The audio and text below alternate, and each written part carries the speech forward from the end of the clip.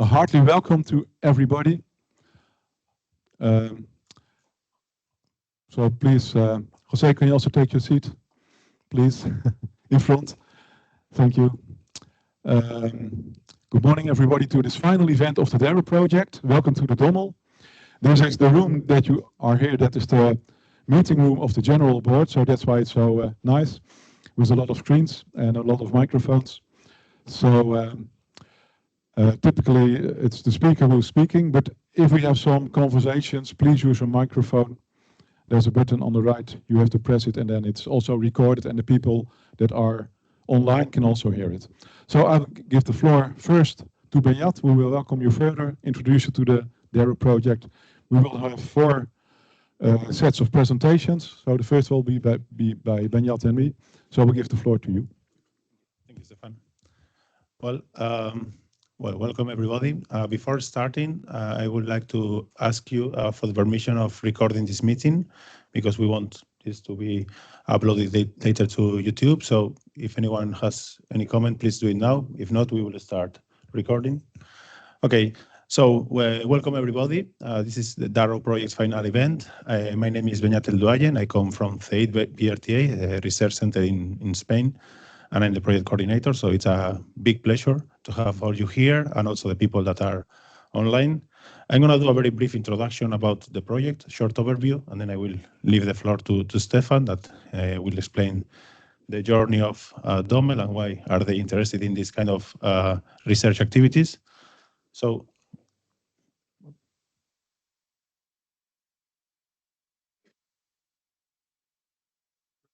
I don't know. It should work. Okay, sorry. Just to the right. Okay. So yeah. Well, a short overview of the DARROW project. This is a Horizon Europe project with a total budget of 3.5 million euros. We've been working on the project for 4 years. It's 8 partners from 4 different countries. We have ESCI in charge of the communication. We have Waterschap De Dommel, which are the utility where we are trying our developments. We have Haskoning that are in charge of the architecture and the general deployment of the activity of the algorithms that we are developing. Cobalt Water in charge of the N2O emissions and their predictions. Ghent University, mechanistic models. They have developed a MOOC course and they are involved in the development of their reinformer learning. We have IMEC also in the development of the reinformer learning. Vito, data treatment, and ourselves, we are coordinating the project and developing process recommendation and soft sensors. So the idea of the project is to develop different AI tools, to develop a solution for improving wastewater treatment plant. And if you want more information about the project, we have a website and a LinkedIn page. Okay. This is being funny. Sorry about that. No. So a little bit, a short overview of the agenda. We have divided the day in 4 different blocks, the technical part of the day at least. So first we have a welcome by Stefan and by myself. Then we will have the first technical block, which is about data treatment in water resource recovery facilities. We will have a short coffee break, and then we will come with more presentations. The first one will be about getting the most from the installed measuring devices, and the second one will be process optimization, the reinformer learning, and AI supported by mechanistic models. This is for the morning. Then we will have. Okay, sorry about that. What do I have to point?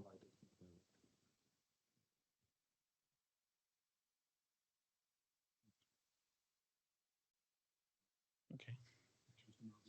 Yeah. Okay, if you can, thank you. No. Now it's working. Okay, I'm sorry about that. So we'll have lunch here. Then we will have a bus that will take us to the Tilburg Water Resource Recovery Facility. We will do a field visit then, and then afterwards we will do some networking until 6 p.m. Then regarding the project, as I said, the main objective of the project is to develop and implement an innovative, modular and flexible AI-based tool to make wastewater treatment plants more autonomous, energy efficient, and oriented towards resource recovery. So our objectives then in the project have been to have optimum data treatment, to have optimum process control, to be able to do intelligent decision making, and to develop these tools for a simple use by the end user. I don't want to do any spoiler. I'm just going through the main results very briefly, because then the partners will go through them more in depth.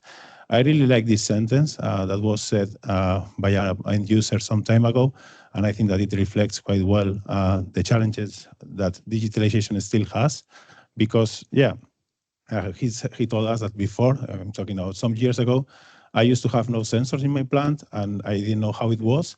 Now I have 1,000 signals and still I don't know how my plant is. So that's what DARROW project is all about. We have tried to improve the data quality, so the data that we are receiving is in a better shape. We can understand it better. We have tried to provide unknown information. So from the data that we are measuring, we are trying to provide more information. There are the soft sensors for that. We are trying to, or we have provided improvement in the operation and decision-making support by developing tools as the reinforcement learning or reduce other models for process recommendations. So the idea is to take the most from mechanistic models and bring them to the online operation of the plant. And then we have done all of that by improving the accessibility to these tools, developing user interfaces and platforms where the user can easily jump from one model to another and just follow the predictions and the recommendations easily. This is structured as the project is structured as this. So we have first the data augmentation and data enrichment module, which we call the bottom layer machine learning models. Then we have the top layer machine learning models, which are for process recommendation and process control. And then this is deployed in the end user applications as digital twins or as real-time controllers. I think that everybody will go through this during the morning, so I'm not going to give you more detail. But I want to give you some key messages about the project. The first one is that the DARROW project, I mean, everybody's talking about AI now, but when we started, no one was doing this, or very few people was doing this. So this is a pioneering work using AI in the water sector.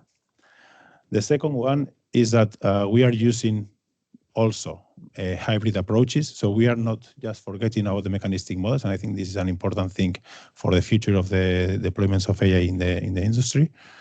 The third one is that we've been focused on the operation and the operator by developing tools that are easily accessible for them. And the last one is that the DARROW solution, being modular and being flexible, is a highly transferable solution, because we have different modules that can work together or they can work on their own. And with that, I finish my short overview of the project and I give the floor to Stefan. I hope so too.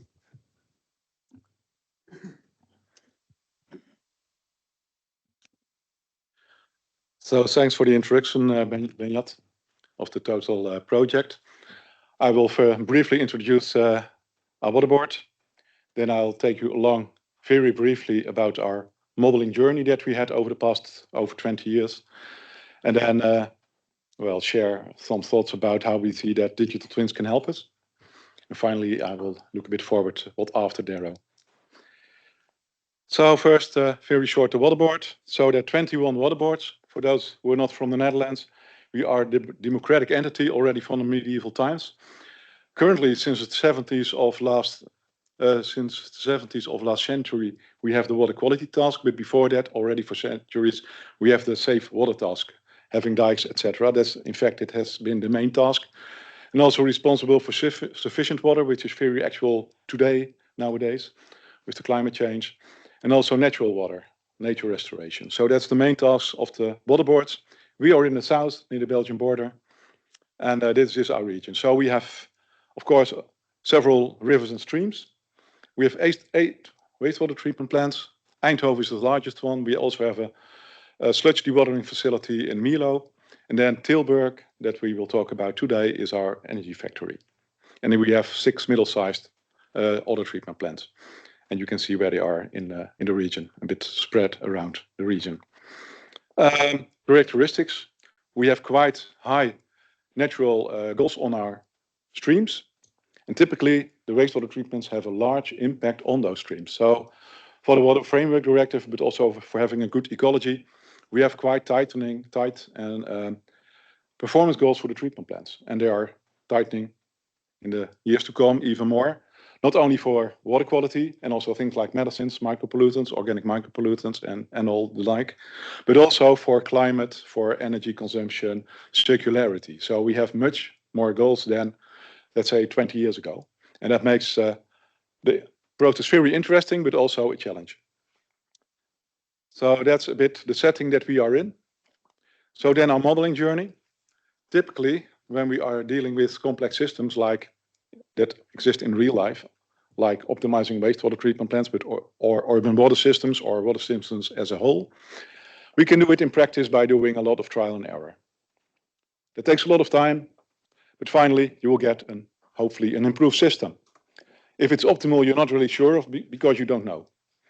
So models can be very helpful in that. If you have a model which reflects the real process quite good, then you could, instead of trying on the system itself, which may be also maybe unsafe or cause some things that you do not want, you can do it by simulation and do a lot of studies in a model, which is much faster, which is much cheaper. And then you could find maybe an optimal solution for your system. You implement that, and then you can do it much faster, in theory. So you have the reality and the virtual reality. That's your modeling environment. So that's nice because from the 80s, around the 80s, in the 80s, consensus models for the active sludge models were published for carbon and nitrogen removal, and later also for P removal. And in the time in between, we have a lot of other models as well. These are consensus models which in currently well tested, well accepted, and there's a lot of platforms that implement these things now. So it's now relatively easy to make a mechanistic model of your treatment plants. That's relatively straightforward nowadays. Not when I started my PhD, then it was more complicated, but nowadays it's quite straightforward.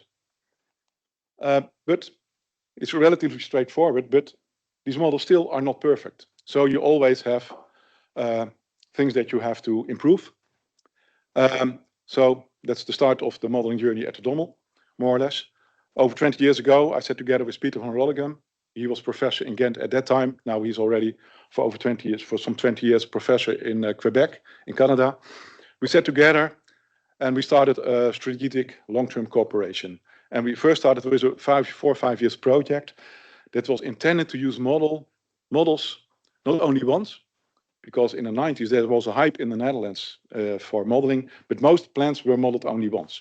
And then you have done a lot of effort, but you didn't really employ the knowledge that you and the model that you developed.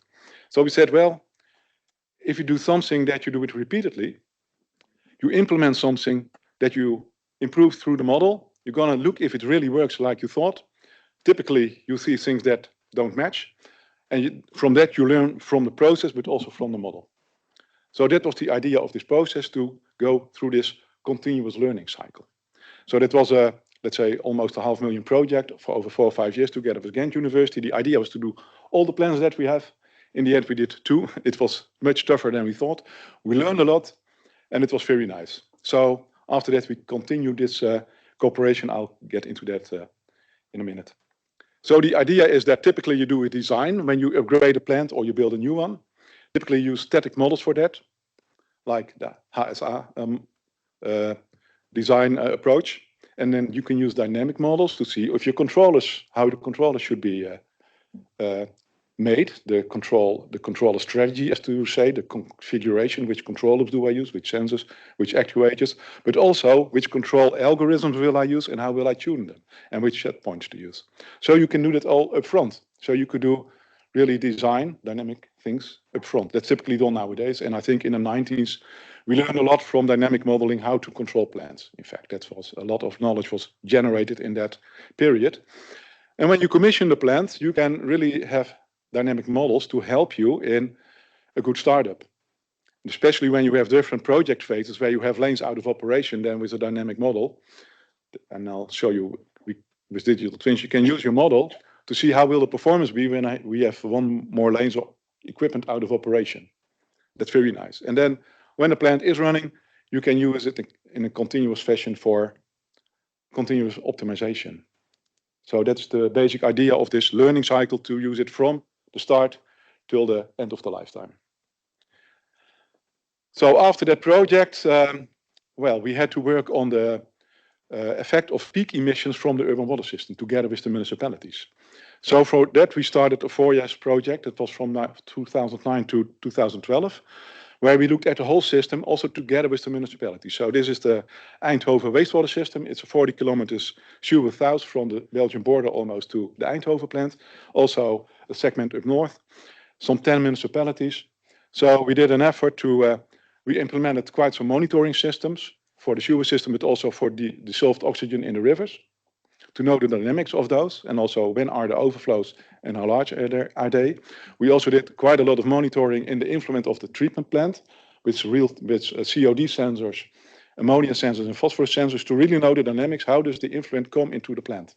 And how can we use that to use also the existing infrastructure in an optimal way to use storage in the sewer system.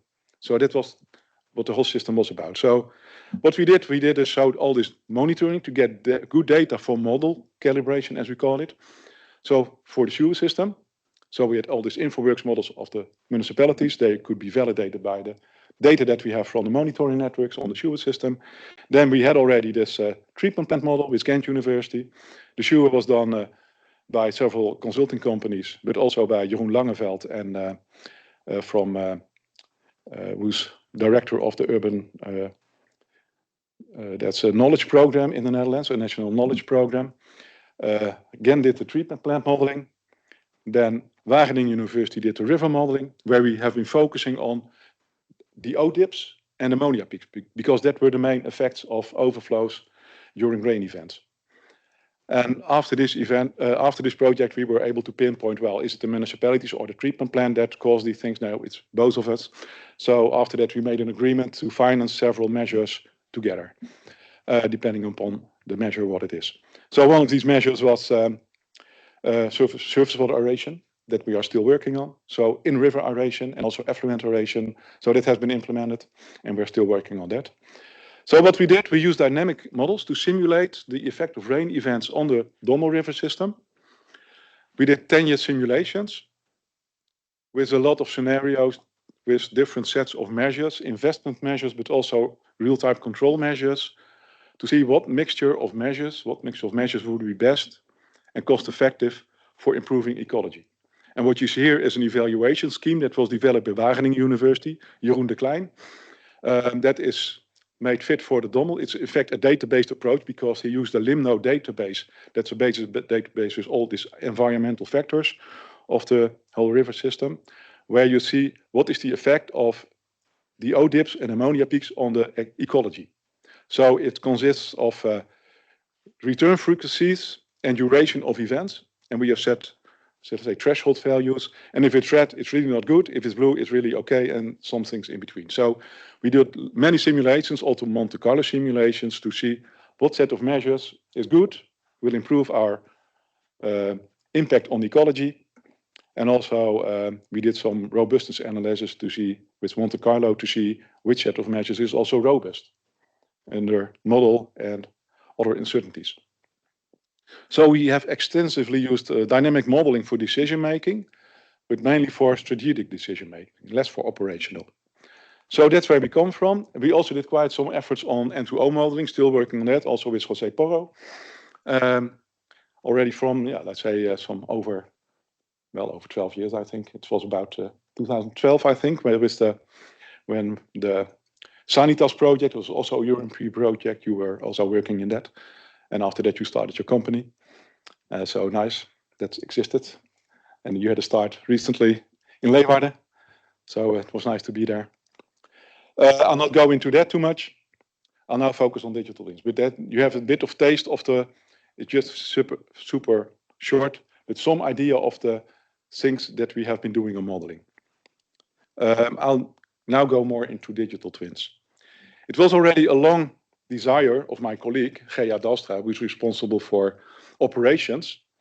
In fact, 20 years ago, we went to Ghent with some of our wastewater engineers and also together with Gea and also one of the operators, John Simons, who is the operator of Boxtel and other plants, to have a course in dynamic modeling. So we were very enthusiastic at that time. And Gea said, well, we should have something for the operators to train with. So that has been an idea for long. We didn't really work on it. I made a plan some 10 years ago, but it really didn't really work out. Then we picked it up a couple of years ago. And we thought, well, we do it in a SCADA-like environment, but it was all too complex. So then we started with the whole digital twin idea.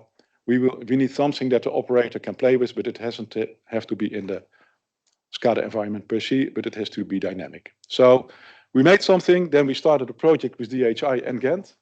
DHI is the Danish organization who do a lot on water software, like the Deltaris in the Netherlands. They also have the West platform, which was developed at Ghent, but was later bought by DHI.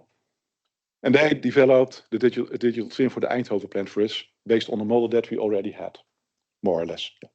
So these are the things that we think digital twins can be very helpful for operator training, but also for operator support. So something is going to happen. You can do some scenarios with your digital twin. You can look a few days ahead and see, what should I do, or what will happen. But also for decision support. When you have plant maintenance, if a lane gets out of operation, we are now able for the Eindhoven plant. We had that over the past years. The primary clarifiers had to be taken out of operation. So we could look, what will the performance be during these operations? So we were able to give a very specified license during that building activities, helped by this digital twin.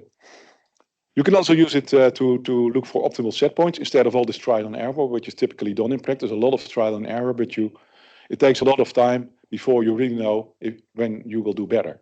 So modeling can be very helpful in that. But the systems as we have now are having multiple goals for water quality, several like ammonia and nitrate, but also for energy, for N2O, and other objectives. So you have a multi-criterion optimization problem, in fact, which for a human is very difficult. So if you have a digital twin, you can use the model for that. Then you have to build something on top of it to do this for you. But you can use it to have a trade-off between the different objectives. That's, in fact, one of the reasons we are working on this type of things. But then you need, I'll come in a minute, I will come to that, you need a mechanistic model, typically, because you have to go out of the region where you normally operate. Then also for design support, I already discussed that one, and also some other things like having soft sensors where you cannot measure or you have no sensors for, you can, in principle, you can extract it from the model that you have if you have a mechanistic model, and also for training for abnormal conditions. So this is one sheet about the Eindhoven digital twin that was developed over the last years, which is in operation now. It's based on mechanistic models like the ASM1 or 2 or 3 or whatever. Also the sedimentation, quite some effort have been spent on that, also by Elena Tors. Several PhD have been working on this plant. Elena Tors did a lot of clarification studies, improved that part of the model, and several other PhD students have been working on different parts of the model. One of the students has been working on the mixing, because typically in chemical engineering, also in wastewater, typically in this type of modeling approach, so-called tanks in series are being used. Then you assume perfect mixing, you put them in series, nice, but in practice you never have perfect mixing.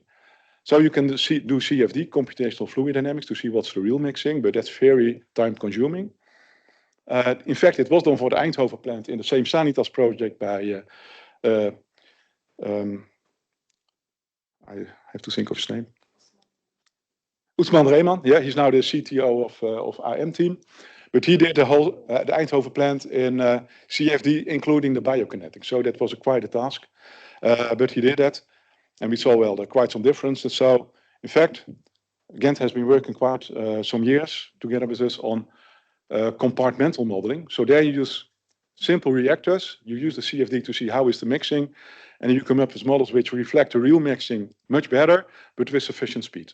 So in the digital twin in Eindhoven, we now have the compartmental models. You see that in the red, green, blue. So those are the different compartments which are compartmented into different reactors with some interchange between them. And also a data pipeline was developed because, well, you have to put in the data, you have to pre-process them, also the influent data. So that was also developed by Ghent University. It's now running on the DHI server in Denmark. And we have now this running in parallel to the real plant. I'm not going into the details, but just to give you a taste of this. So we have a user interface with several functionalities like prediction, etc. It has been developed together with the operators in different sessions. And the model quality, I would say, is now quite good, but still not perfect. And I think it will never be. But good enough to do a lot of nice things.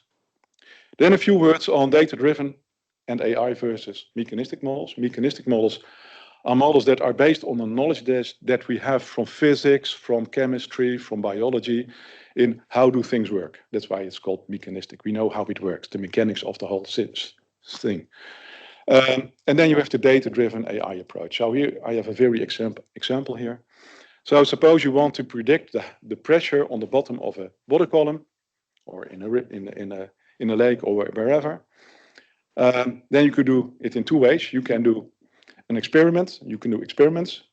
You have different heights in the experiment. You draw a line. In this case, it's very simple, straightforward. It's just a linear relationship. You have one parameter, h, and then you have a relationship from data between the pressure and the height of the column. You can also, well, I have some physics. I know that the pressure below is a function of the density of the fluid, the gravity, and the height of the column. Then you have this simple physical expression. Pressure is rho times g times h. And if you know rho, the density, you know the pressure. You can just compute it. So that's data-driven versus mechanistic. So there are some pros and cons. For complex systems, if you want to do mechanistic modeling, you need a lot of knowledge. And you need to set it up typically in mathematical form. You have to test it. So you need to understand a lot. Not easy. Unless you have this knowledge already, of course, then you can do it. Like we have now in the activated sludge community. We have a lot of models in several disciplines, in several application fields. We have a lot of knowledge that we can use to build these mechanistic models. But even then, they have the limitations. Data-driven, very nice. You don't have to understand a lot. You just get a lot of data, a bunch of data, and then you're going to do some nice AI things, neural networks or whatever, machine learning. And you have something which reflects the system, you hopefully, and then you can do the job as well, or at least some jobs. Disadvantage of data-driven is the model application area is rather narrow because you cannot extrapolate. Neural networks, for example, are very good in interpolation and do very good pattern recognition, but are very poor at extrapolation because really go bankers if they get out of the scope of the data they were trained in. Be aware of this. And not all AI experts know this. They are not always aware of the limitations of what you do when you do identification. That's training of your networks. You do that on data. That's called identification. That's a whole knowledge field. And if you don't know about that, then you do not know how informative the data has been for the things that you are going to do. So you have to take care of that. And on the other hand, mechanistic models can, in certain fields, be very able to extrapolate beyond the data range that they were trained with. So, but reality is not black or white.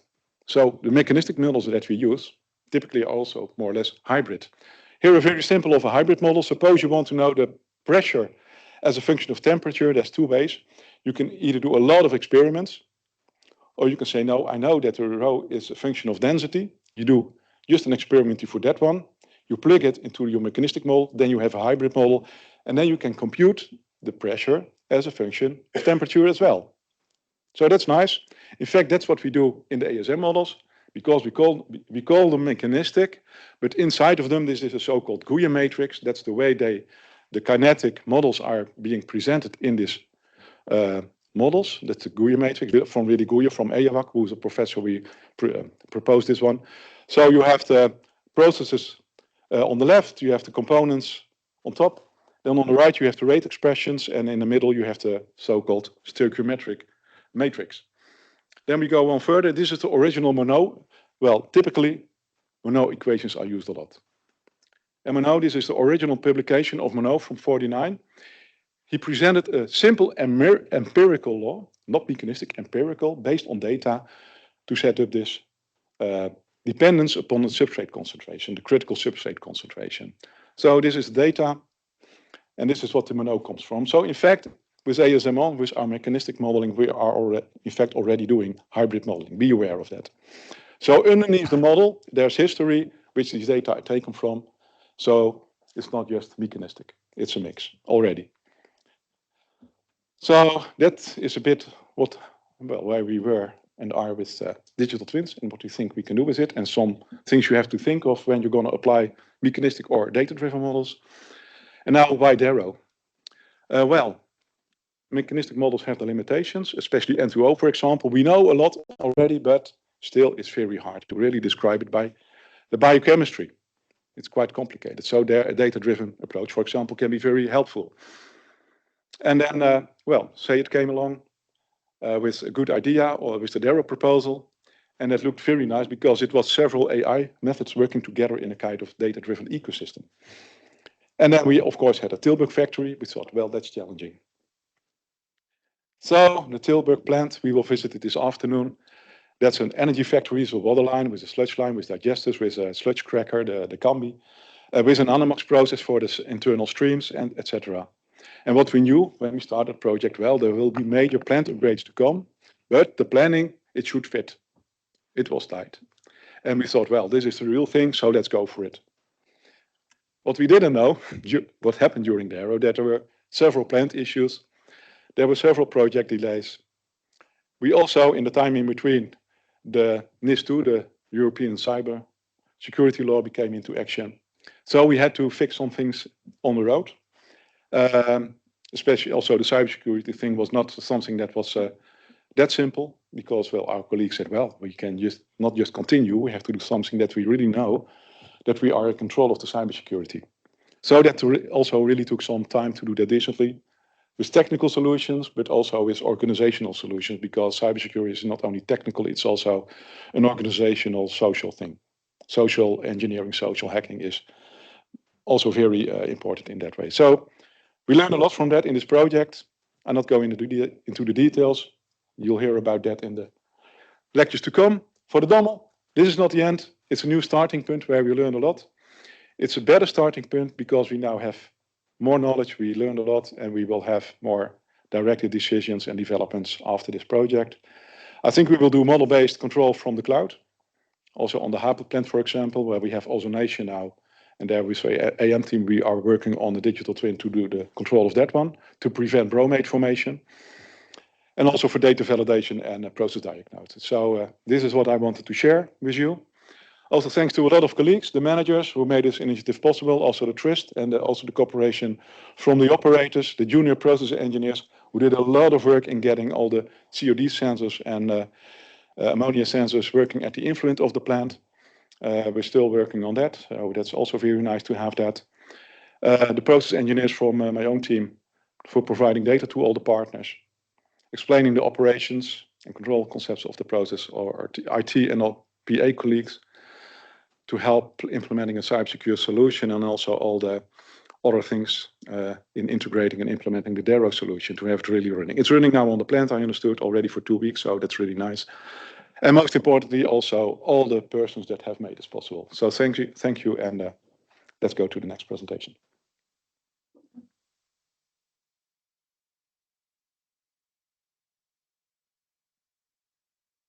Yep.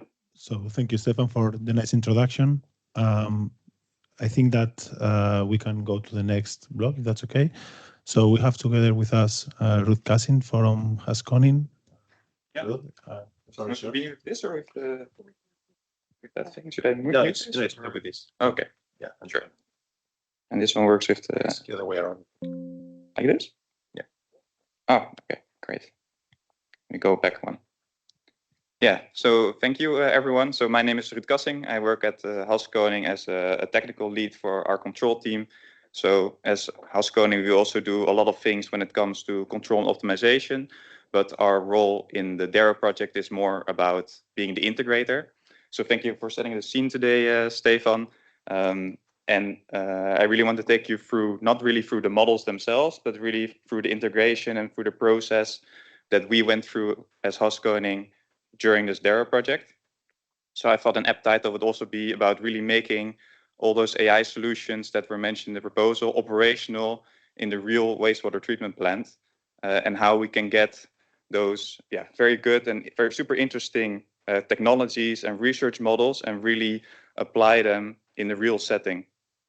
And it's not as straightforward, actually. So if we go to the next slide.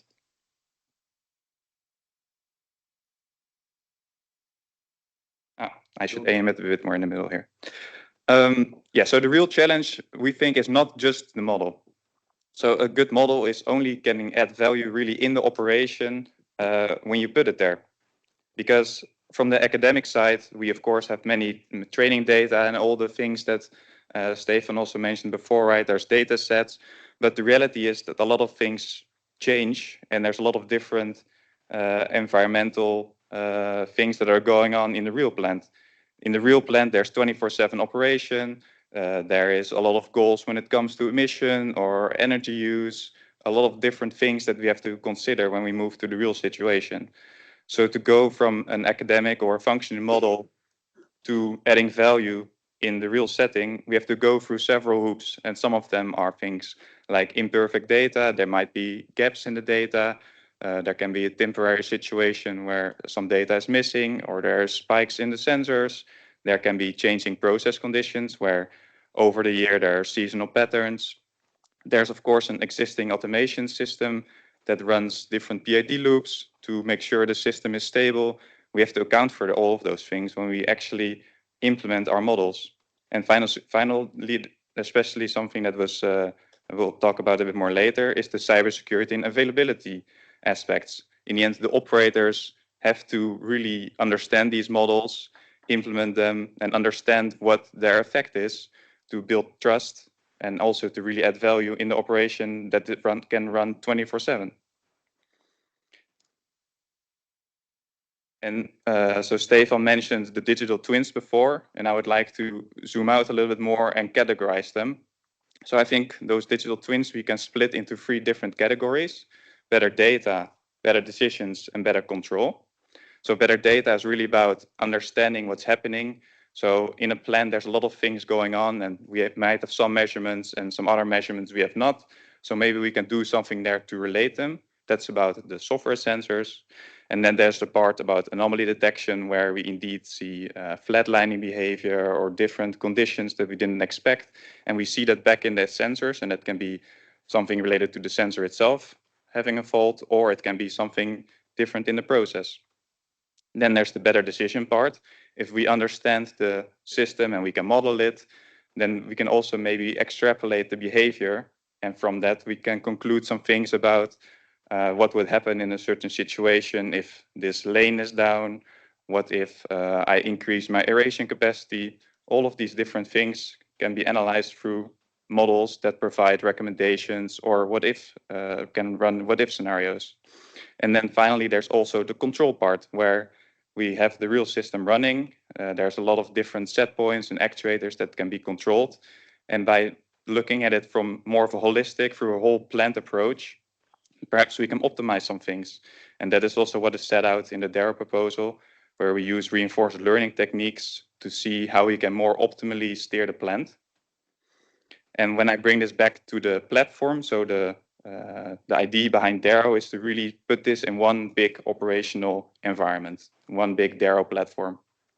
Of course, that doesn't mean that that is also how we exactly implement that. It means that in the end, there needs to be this global solution in which we achieve and touch upon all of these different digital twin aspects. And our part as Haskoning, we mostly focused on the operational part, so the thing that really runs in real time alongside with the platform. So loading in the data, doing something with it with the models, and then providing direct insights or control. Whereas the better decision part focuses more on historical data sets, specific situations. So therefore, we decided in the DARROW project to split those two into 2 different ways to tackle the problem. And to facilitate that, in the end, we want one big data pipeline and one mature platform. So from the Dommel side, we connect to their PLC SCADA system to retrieve the data. We are aware of their PFIDs. We know how the plant looks like. So we also know what we can measure and what we can actuate. And we can also bring that to the table with all of the partners, all of the modeling partners, to understand how we can integrate the two. And to facilitate the different partners extracting data, we built a unified API. What this means is that it's We have a specific way in which we expose all of the different tags, sensors, actuators that are available to load data from or to investigate. We expose them through this unified API, and then, for example, Cobalt Water and SAID, they can load in that data through a standardized approach, and they can analyze it and provide recommendations and what-if advice to the operators. And then if we zoom in, so okay, we have this platform that's in the middle, and it does lots of different things. What is actually in there? So there's a lot of different aspects that you actually have to think about when you have such a platform in order to run all of these models. All of this happens in the background, but they are essential things that are required for the models to actually operate in the real operational setting. But we don't need to repeat these for every model. It's not like every partner has to implement their own pipeline to do all of these different things. This can be generalized. So that's what we set out to do, where we take care of accessing the data in a secure way. We can execute the models. We monitor them if there is all the data is coming in. Did they execute well? And also, based on the outputs of the model, serving those outputs in applications so that the people can see them. And finally, that's also a very important one, is the lifecycle management. So once we have a model, also as Stefan said, right, there will be many iterations or improvements over years, but we don't want to have to redo the platform every time that we build a new model.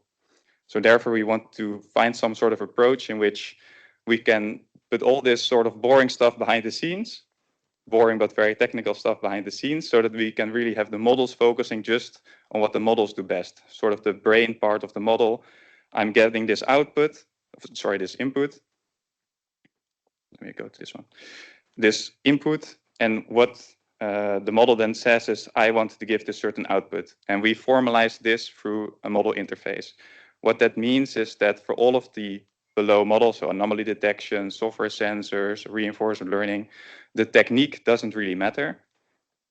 In the end, the model just has to satisfy this contract that we make with them, where they say, okay, I want this data from the plant, I want ammonia measurements, and I'm gonna give you back an estimate for the ammonium in the future, for example. And by having this formalized contract, we can really trust and rely on each other. So the infrastructure knows what to expect in terms of output, and the ML models know what to expect in terms of input, and we can continuously run them. So that really makes it very easy also to onboard new models. We can update versions without disruptions, and most importantly, we can continuously prove the value. If we have a first version, we can just simply test, okay, does it work? Then the next version, we can make some first predictions, we can evaluate those, and we can build a new version. And of course, for the operational use, we also facilitate some dashboards and visualizations that we'll go through in a short demo, as well as the operator insights and control actions. So do we have the video ready? So of course the proof is in the, oh, not this slide is for later. So of course the proof is in the pudding. So I didn't want the 4 years of DARROW to depend on the Wi-Fi, so I recorded a video.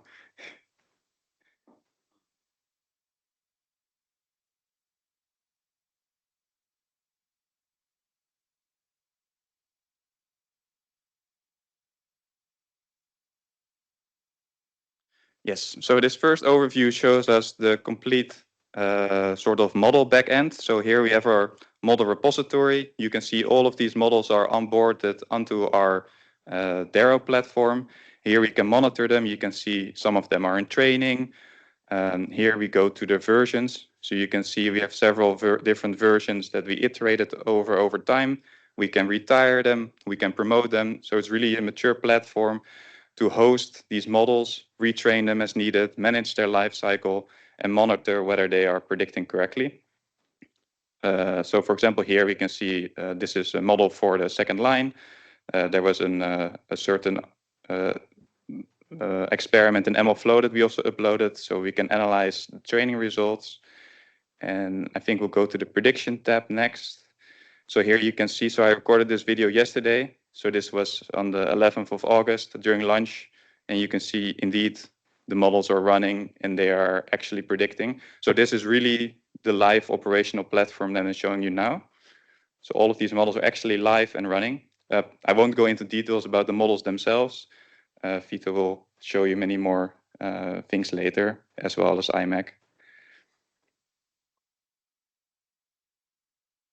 Yeah, so here we can see, for example, there's an info message to show you that the prediction was successful. And then if we go to the next video, so this is more of on the backend side to monitor the models themselves and to deploy them. And then here we have the portal in which we log in and where we can show all the different. So we log in, and here we have a specific DARROW Tilburg environment. And you can see here is the geometry of Tilburg. All the different processes are loaded in. For example, here we can go to the third lane. And here we have a lot of data. So all this data is gathered live from the Tilburg plant and ingested into our platform. And you can see, indeed, it's up to, I recorded this during lunch yesterday, so it says 1 o'clock on the 11th of August. So this is all running live, and we configured these figures to give a good overview of the current plant status. So we can see the airflow, temperature, different things. I think further in the video, I'll go through some different units. We can zoom in if we want for analysis purposes. So we have some graphs here about the influent, and we can go switch between the lanes to show, okay, how much flow is going into each lane, what are the concentrations, and zoom in and then analyze as needed. And all of this data, that's good to mention, is also available for the models. So the models just have to simply say from the second line, I want to have the ammonium. And we also have different tabs here to show some more details. For example, here we have the anomaly models running for Vito. So here we have some graphs that show the prediction of the ammonium, I think. Or the anomaly, sorry, this is the anomaly detection of the ammonium sensor. And we can also see that the data availability is good, we're getting the data, and also the model status. So in this case, the model is collecting data. We can go to the next model, for example, the nitrate, where we show some more graphs about the anomalies. I'm not going to go in much detail there, you'll see it more later. Then if we go, I think, to so Omid will tell you more later. We also have added a control tab here, as you see, that I think we'll click on in a bit. So we control the recirculation and the oxygen set points. So if you click on control here, you can also actually see the output of the reinforcement learning model. So this is the real set point that we send to the PLC. And same here for the oxygen for lane 3. So we can zoom in and we can analyze what the effect is of the set points. So all of this is running live in our platform even now. So, but I thought it would be good to show it via video just to be sure. I think that was the video. Yeah. Thank you. And then, let me just go. So for the live monitoring, we also analyze on aggregate level all the different models that we can see what their current status is, whether they're downloading data or they're predicting or they're waiting for something. And of course, this makes it look easy, but in the back end, it's really not. So I also want to thank all my colleagues there. For example, Danny and Adjorn and Miguel, and Pier Paolo, they put a lot of work in to make it look so effortless, right? So now it just looks like you just have this UI, you can click all the different things together, but to actually load in all the data, make it widely available, and making all the ML models run operationally, that was a real challenge. But now we think it's really nice and generic in the way that we can have different versions, we can train any model and onboard them. Yeah, and then a little bit about the process as well, and then about the challenges as well that DARROW faces, right? So it's a very ambitious project. So there's many parts to integrate. As you've seen before, there's several partners here today who give presentations from different countries with different backgrounds. There's a lot of different models that we use, different technology stacks, and there's also many technical layers where one model's input can be one model's output can be the input of another model. So this makes the project quite complex. As Stefan said, there's a changing plant. Things change in the real world. There can be plant upgrades or unexpected things happening, which also affect in a cascade way the stability of the historical data that we use to train the models. And that can have an impact on how accurate the models are, whether we need more time to validate them. And finally, something that is, I think, important to understand is that proving the value by itself is also certainly not trivial. For a big wastewater plant like Tilburg, there's a sludge line and a water line. And when we look at the sludge line, when we discussed, we realized that all of the decisions that we would make, would take days to propagate and to analyze, and that would be very complex. Whereas on the other side, looking at the aeration, that will take minutes in order to implement the set points. But because the set points will change constantly every 50 minutes, we cannot expect an operator to type over a set point every 50 minutes. So there's two sides to this problem. And we really need to show the value where it matters. And I think one of the lessons learned there is also avoiding that big bang, right? So getting from data to models, to the platform, to the UI, to the control is all set out in the DARROW project. But doing it in one go is really, really challenging. And if we only would onboard the models at the end, then we would only discover all the issues at the end as well. And it might be too late to find out if they work. Therefore, it's vital to have this MVP mindset where we look at this full chain, we really integrate one piece of the puzzle, one part that we think can add value. We already deployed that full pipeline, so we can prove the value early and really improve continuously to add more value. Then a little bit about the cybersecurity, because I do think that's a still vital aspect that we also hear about almost on a daily basis, I think, with the new discussions around the EU about LLM models. And also for the Dommel, this was, I think, a big step and a big internal challenge, where there's cybersecurity governance and risk ownership.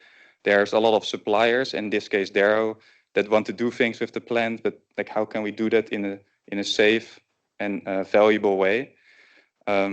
So going through this process, Dommel was also supported by external cybersecurity expertise. They went through this process to make that step in how can you incorporate challenges like DARROW into your environment? How can you make that next step?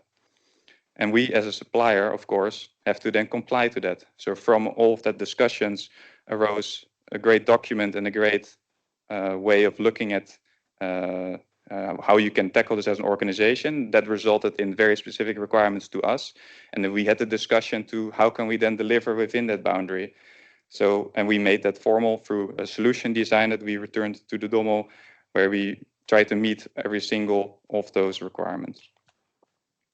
And what's good there to mention is, of course, cybersecurity is one part, but AI is another part. So the cybersecurity part is really about who can access the systems and how can we safely exchange data, but that's not the full picture. So we also went through the discussion with the Dommel about the AI part. So we have this AI system running, but what are then the safe bounds for the DO control, for the recirculation?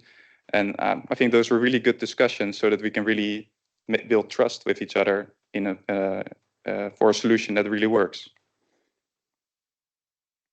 So to conclude, I think there's 3 lessons that I would give based on the DARROW project. I think start with operational value, really testing early, learning fast, and then iterating together.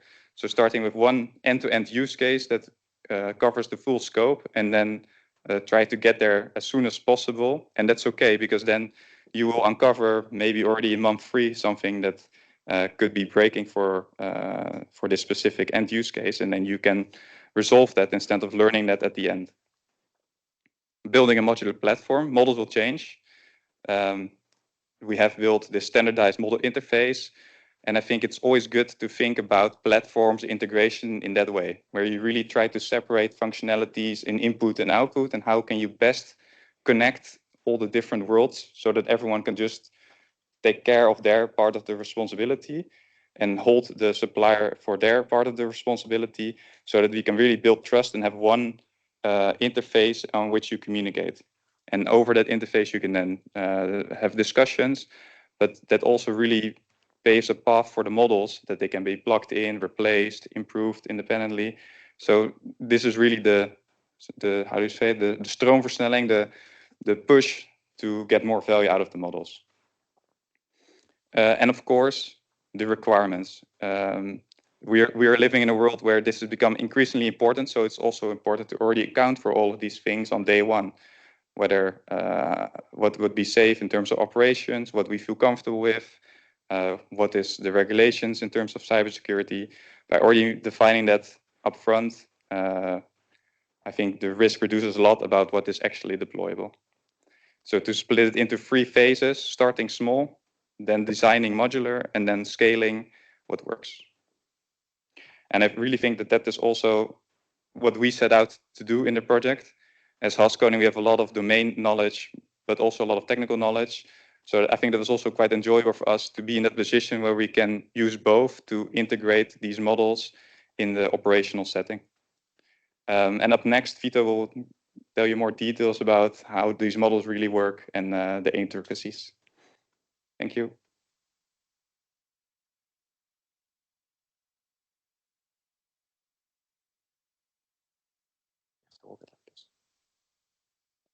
So we have Yanelsi Alferez with us from Vito.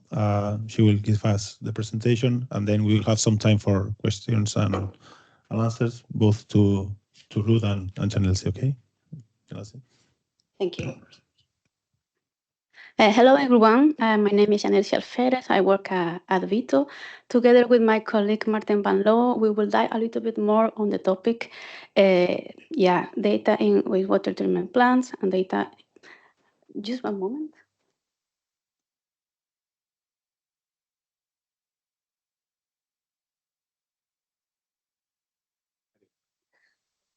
Sorry, we will update the.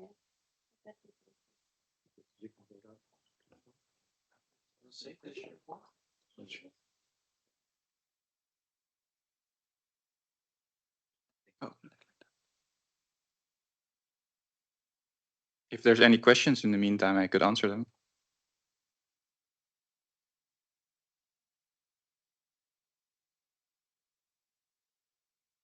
Well, I have one. Yeah.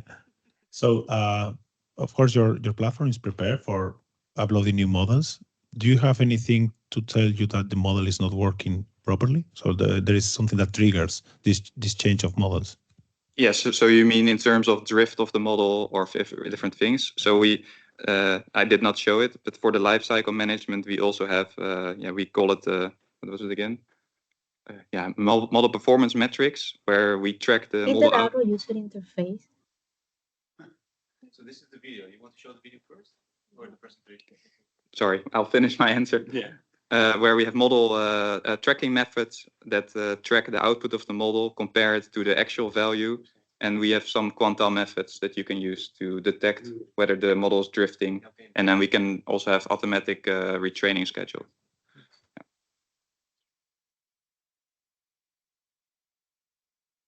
Thank you.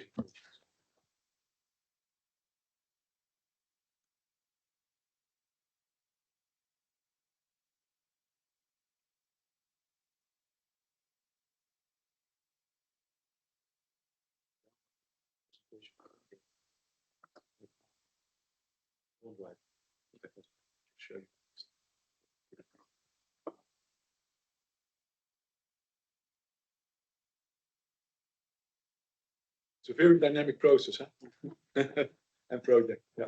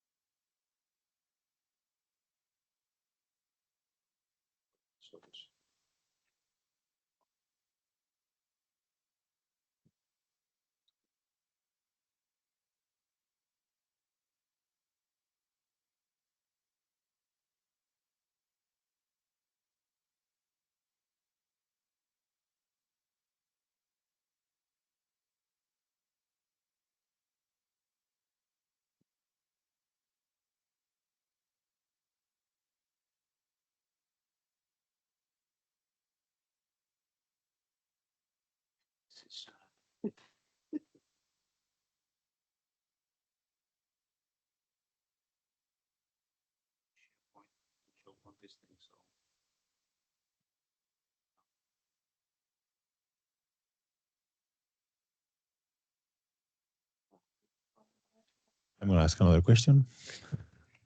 So, Ruth, so let's say we are a water utility that wants to use this platform that you are developing. How long, how much it will take to do it from scratch, right? From a standard digitalization point of view. So we are doing something, but not much. I think it depends on multiple factors. So the first factor is, like, do you mean it from a model perspective, that the utility themselves has a model, or? I'm thinking, yeah, from a utility perspective. So let's say I want some of the algorithms, not all of them, but just something to improve my operation. Let's say we want that informal learning control, for example.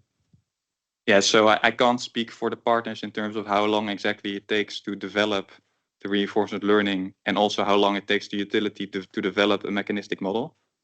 But in terms of onboarding to the platform, the steps are, we need to understand what objects they in the end care about, right? So a plant consists of many different sensors and actuators, but only a subset of them are relevant for the model.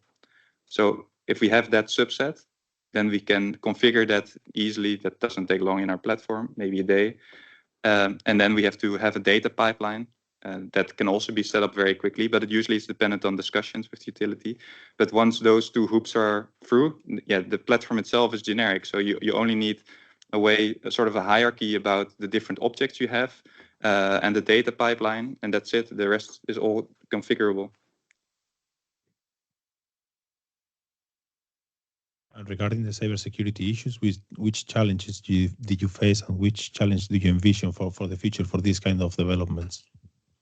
I think in general, there's the NIS2, right? And then the Cyber Resilience Act, and also the AI Act, and all of them have different insights, and not all of them are applicable to every model. So I think it's also for the utilities themselves to see which of those regulations are applicable to them, and then hold the supplier to those regulations. Was your question again? Yeah, I was like, which are the challenges that we are facing? Because for us in the project, as you mentioned, and Stefan also mentioned before, the NIS2 came while the project was going on, and this became a challenge for the deployment of the tools and the platform. So I think in general, it's not that much per se a technical challenge. It's more of an organizational challenge about who owns risk. How do you comply? How do you prove that you comply? What is the process internally if something goes wrong? What do you do in terms of risk mitigation? So it's really more about it's not that technical actually. Well, I'm asking a question, but I'm sure that someone else has some questions. So Jose. Yeah, Ruud, excellent presentation. I guess to stay on the cybersecurity topic, we hear a lot of customers, utilities requiring on-premise implementation of digital twins and models and control. But obviously we have all the cloud capabilities as well.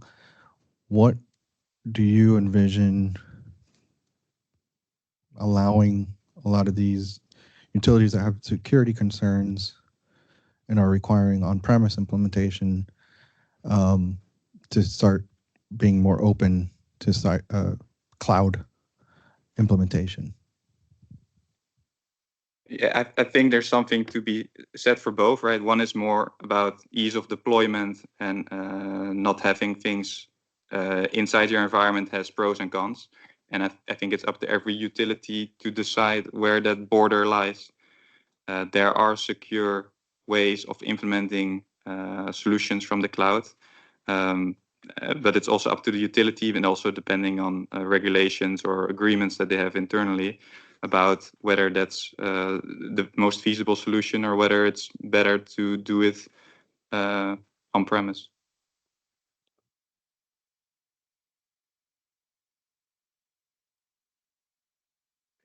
Thank you. As our models and algorithms, we also need to adapt to what's happening in reality. So now, Janelsi, the floor is yours.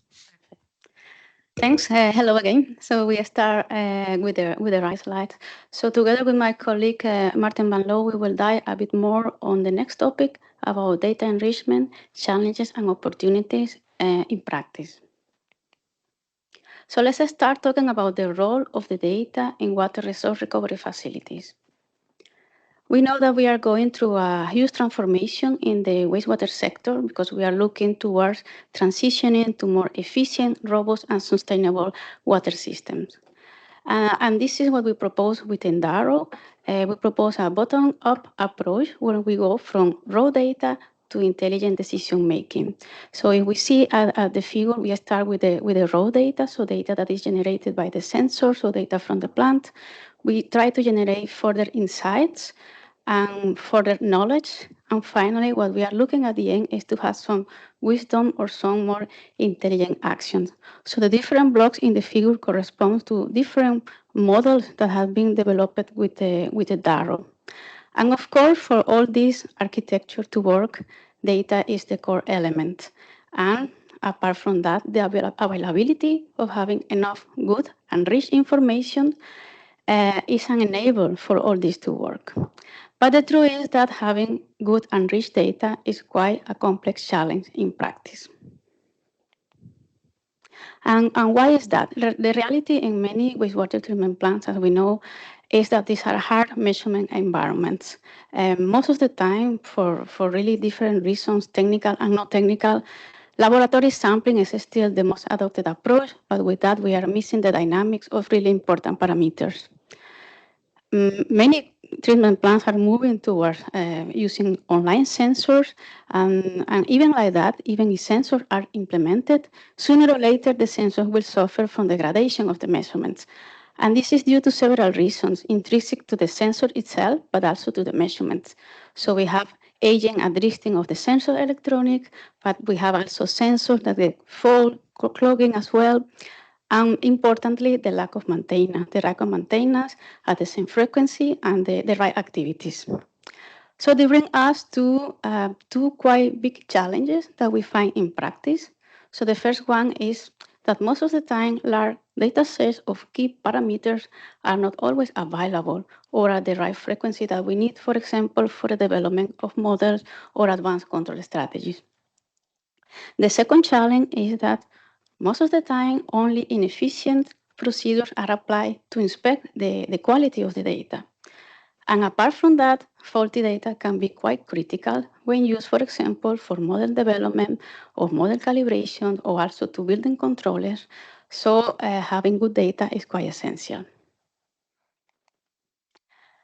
This is what inspired our work in DARROW. So in DARROW, we are proposing several models of different blocks to contribute or to support in overcoming those challenges. So the first one is towards the generation of synthetic data representing real dynamics of the plant to increase data quantity. And the second one is aimed to develop methods to automatically assess the data quality and to provide verified data. So we have developed several blocks that are shown in the picture. And related to the generation of synthetic data, we have worked in 3 different blocks. 1 and 2 are related or are aimed to provide predictions of the flow and the concentrations at the influent locations. And the block number 3 is aimed to fill in the gaps also in laboratory data. Concerning the automation of data quality assessment, we work with 2 different approaches. So one is the univariate method, where we try to check anomalies in single time series or in single sensors. And then we also have another block that is looking at multivariate methods. So we look at a combination of sensors at the same time. To build those models, we have used, of course, raw data from the plant, not only from the sensor, but also laboratory data, meteorological information, and operational information. And the idea is, with the implementation of the model, we are able to create synthetic data and validated data that can be further used for the different models on the top layer of the DARROW platform and for other applications, also for operational flow within the treatment plant. Now we will dive a little bit more on the synthetic data generation part, and I will give the floor to my colleague Martin.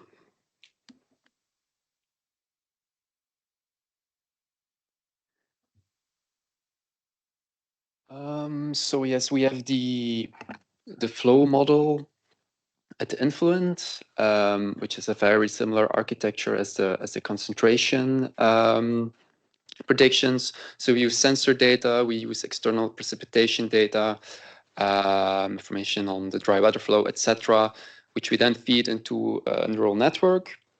We have a separate model for each time ahead prediction. So we make 24 hours in advance prediction of the incoming flow, the incoming concentrations. The outputs you can see there, so which concentrations, and this is then fed into the DARROW platform, used by another model in the DARROW platform, and of course there is potential for operators to consult this information if they would like to. Where do I need to aim? I pressed this button just recently, so okay, just press harder. These are some results of the flow model. Yeah, in orange you can see the prediction. The blue line are the original observations we measured. This is on the test set, of course. In green, yeah, we just plotted a smoothed line. But we're quite happy that like the main rain events, they are captured by the model, which wasn't the case in when we trained the model at the start of the DARROW project. It's not perfect, like all the peaks are not captured perfectly, but we've come quite a far way with the model prediction, and this is up to 24 hours in advance, which was quite a challenge. Predicting the next hour, of course, for the model isn't a problem, because you could just say you take the observation you had previously, but 24 hours in advance, it's quite nice to have these results. Here I'm showing some 24 hours in advance predictions of the pH model. It's the best performing model of all the concentration models. It's also the most simple to predict. But we can really see that this model captures the main dynamics of what's happening. The other concentration models aren't really performing that well, but we will come back to that later. Yeah, this is just a screenshot of POD prediction in the DARROW platform. It's also there available to consult. And I guess the other partners can download or retrieve these model predictions via the DARROW platform API if they want to ingest it in their own pipeline. Then the gap filling of the lab data was done by a colleague Free. She isn't here today. She's on maternity leave. She just had her baby, which is actually the 4th or 5th baby in the DARROW platform, depending how to count, if you count an old colleague, which is quite an achievement. It's not mentioned in any of the KPIs, but still, I think we did a good job of providing a future this area here, Benelux, Spain even. So she did the gap filling of the lab data. So sporadically, measurements are taken, go to the lab. We had this idea to, well, can we train a machine learning model that can actually on every day predict the lab data, that the people here, they have a more enriched data set. So data input, we look at the lab data. We also use the precipitation data, temperature. We look at the inflow. Free trained an ensemble machine learning model. So there are 3 different machine learning models there. And then there's a kind of agreement made between these machine learning models. She looks at daily parameter values of the parameters listed there. And then this is also presented into the DARROW platform, which then can be later used by other processes in the chain. Some graphs. So the thin line are the measured concentrations. And then we have in blue our predictions. And we were quite happy with these results. We also did a test of the model with some more recent data.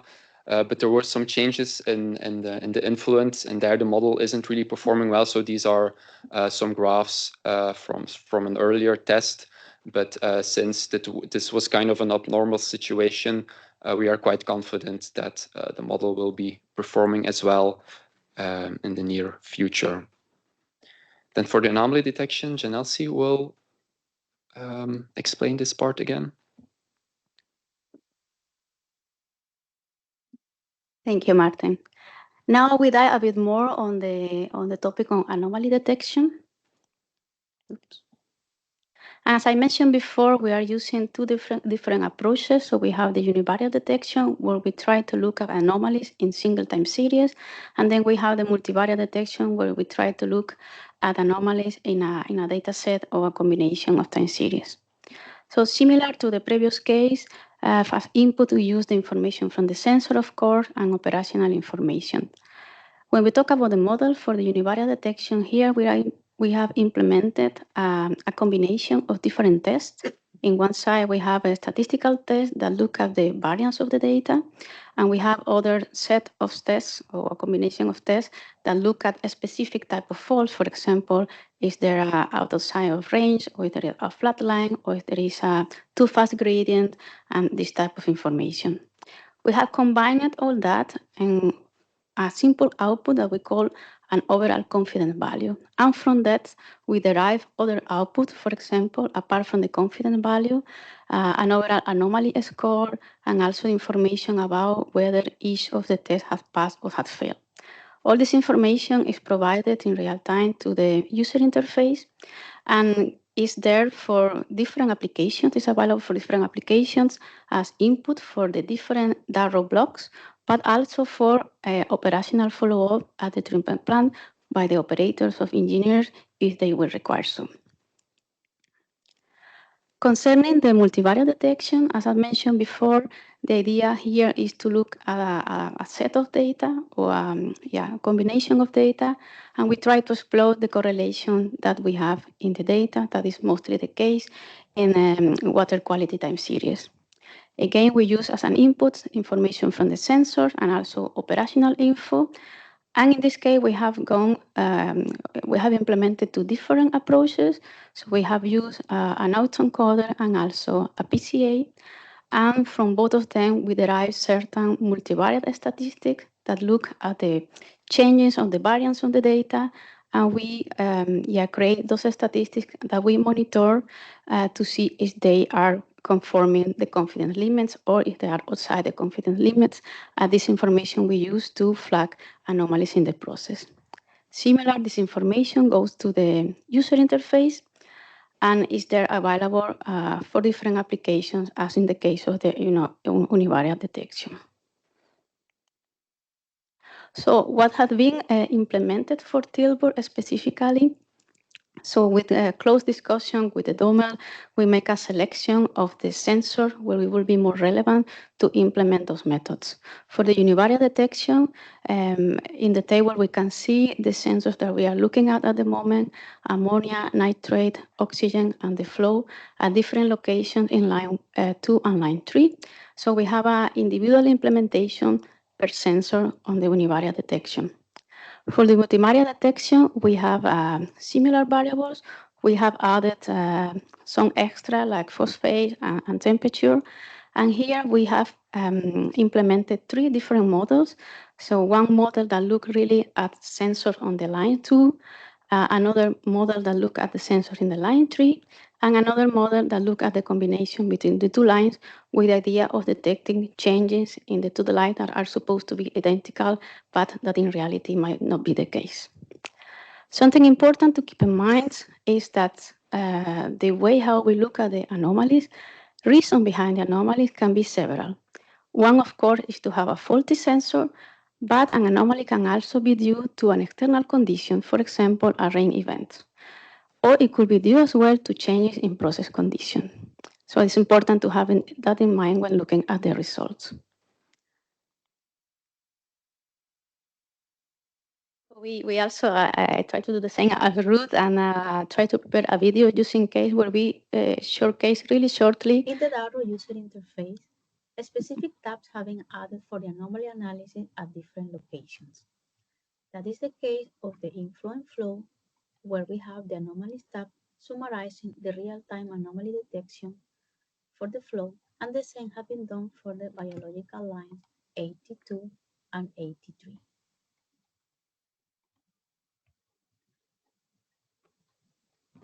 For the biological lines 82 and 83, individual tabs have been added with the result of the univariate anomaly detection per sensor, including ammonia sensor, nitrate sensor, and also dissolved oxygen sensors. For each of them, the information shown is similar. The first graph illustrates the overall confidence value.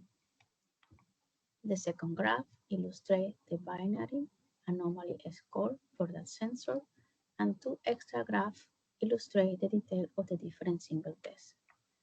In this one, we have the information related to the test looking at the range, at the rate of change, and also at the existence of flat lines.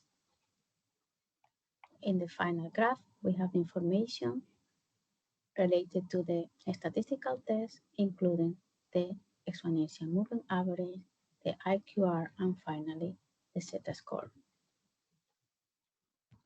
An extract tag called Anomalies SL or single line summarizes the result from the multivariate anomaly detection based on the PCA. The first graph illustrates the PCA score, and the second graph illustrates the result from the two multivariate statistics Q and T squares. Finally, the tab Anomaly Binary SL or Single Line summarizes the result from the second multivariate method based on the autoencoder, showing the contribution of the sensor to the multivariate anomalies. The first graph illustrates the sum of anomalies affecting ammonia and nitrate components, also oxygen components, phosphate, and temperature sensors. The figure below indicates when an anomaly is flagged by the method for each specific sensor. For the ammonia components, for the nitrate components, oxygen component, phosphorus, and temperature. In this specific example, the method is indicating an anomaly affecting nitrogen components, phosphate, and temperature. We can see that as well by the individual binary anomaly that is flagged in the ammonia sensor and also in the phosphate sensor. And this is also confirmed by the PCA analysis. If we look at the PCA score and also the Q and the T square statistic at the same period of time.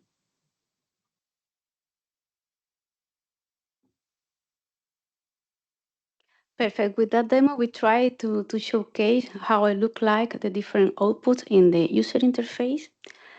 Because we are out of time, we have several examples showing how the method behave in practice in detail.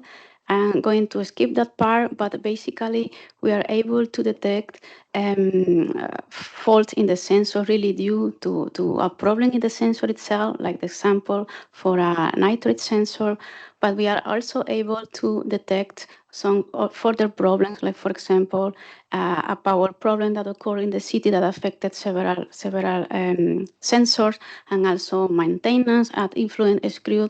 So it's not only related to faults in the sensor itself, but it's also showing situations that are abnormal or out of the ordinary, information that is also quite relevant at the level of the treatment plant. I'm going to skip this slide because it's just more detail and showing some examples. And I will go back to the main takeaways. So during the project and with the different blocks that we have developed, we see quite some opportunities for both the synthetic data generation and anomaly detection. Both, we strongly believe, have a a really high potential to increase data availability and also to provide data with better quality for different applications. There is, of course, room for improvements, but this methodology can be easily replicated to any other use case or also another application. However, of course, we have certain challenges that we have to live with it during the project and that will maybe remain after. So models were built using limited data, and of course that also influenced the calibration of the model that was also limited. As my other colleagues mentioned before, we have some unexpected events that also didn't help in the collection of the data. Specifically on the inlet of the treatment plant, this is a quite difficult location to measure, requires quite some maintenance, and this is also a more operational challenge. We also have the lack of labeled data where we could see the real anomaly. This we try, but this is really a time, effort, and consuming process. So it's something that we have to see how to deal with that in the future. We have those challenges in the budget, but as I mentioned, actually, this is the reality in full care scenarios. And we will find this, in any case, we try to apply these technologies. So what is next for us and for the project, I think? Of course, further tuning is required, the collection of proper input data that describe short and long-term dynamics that will, of course, improve the behavior of the models.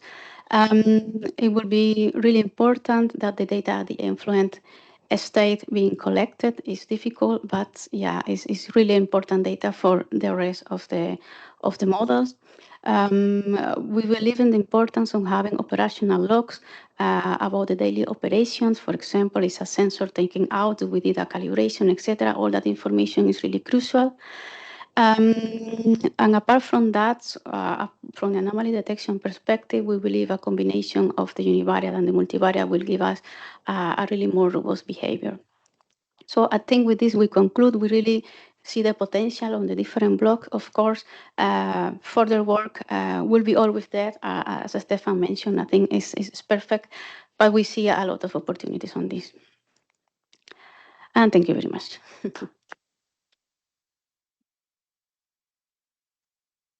So I would like to open the question session. I know that we are a little bit late, so I'm going to open it for the people online especially, because as now we have the coffee break, we can just talk a little bit between us, those that are here. So I don't know if there is someone online that has any question. So far, so good. Everything clear. So then I think we can go to the coffee and get back in 10 minutes, for example. Yeah, thank you very much.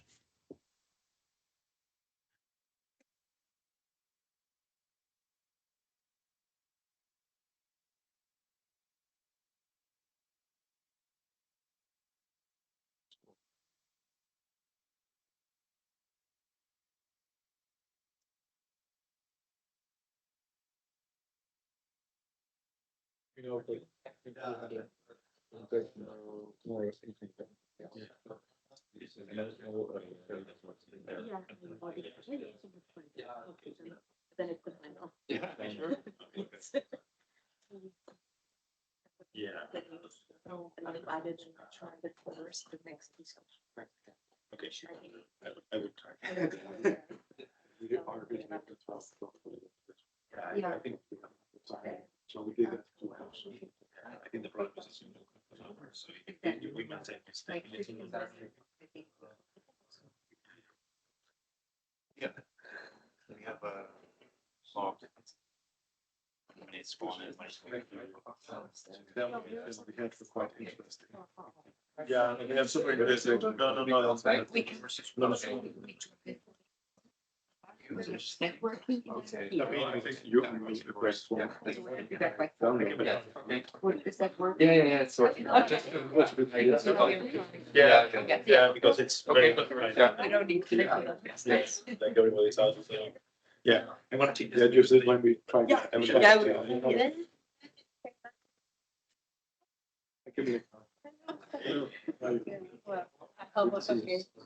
Say chair. That's one.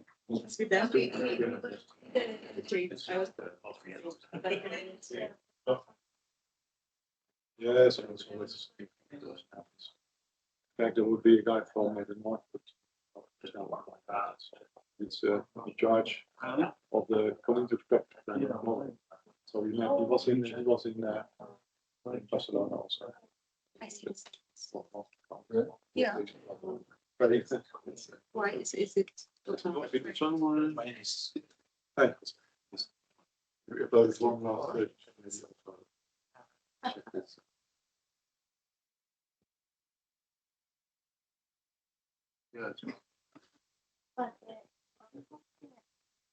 Ja, dat heb ik zeker.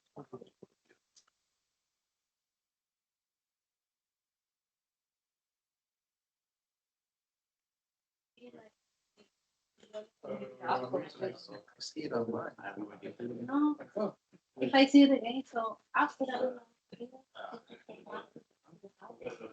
it's like live. I need to focus now a bit on this presentations to come.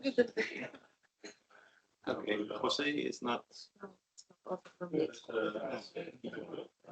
Yeah.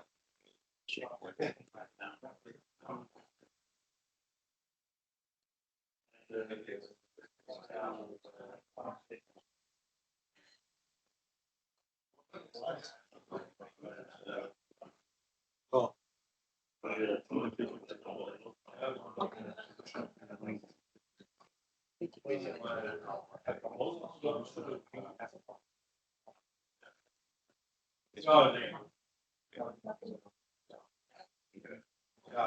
This is yours. Oh,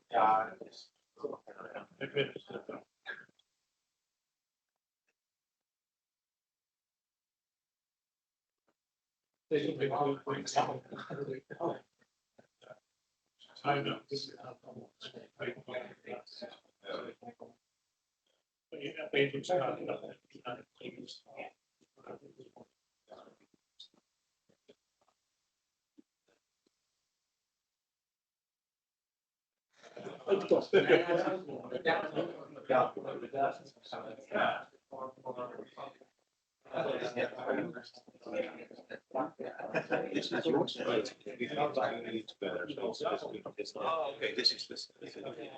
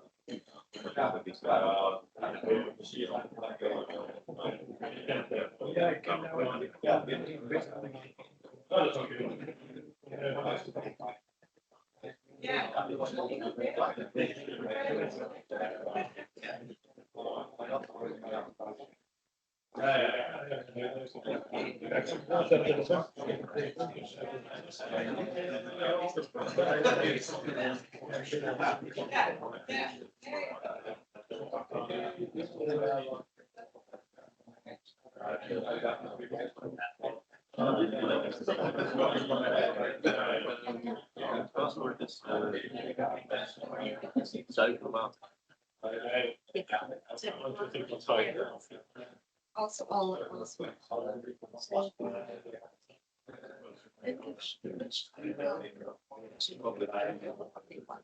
Thank you. Yes, yes. Eight slides. Yeah, because I need to Turn up the mic. I have the other one. I have the other one. We'll take all I will give it on my book. No, it's just I have a lot of effects, so I hope it five, maybe 25 minutes. We'll just press it here. If not, red, yellow card, red card. I've seen that in many conferences. Yeah. I like the ones that actually move your mic down and just disappears. Oh, wow. I love it because I really hate when people go up, beyond time. But you did good getting I tried. really good. Yeah. Yeah, Good that's, intervention. I love it, but it's okay. I just need 2 more minutes and then it's Exactly. done. Yeah, you know that she told me, yeah, I need 5 minutes.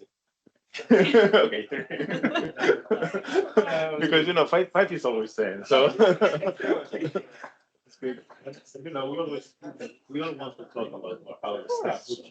We've been working on this for 4 years. I know. Of course, you want to talk about that, but Of course. we need to try to. I would try. Yeah.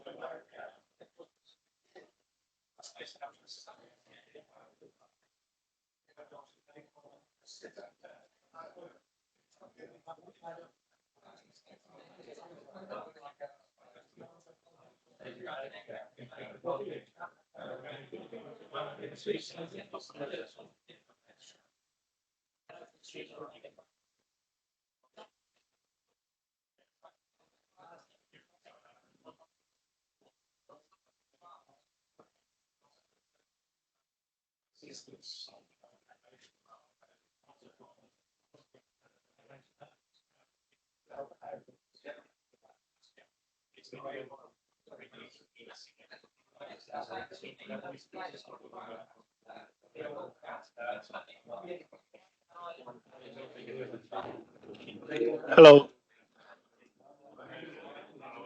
Hi, shall we continue, please?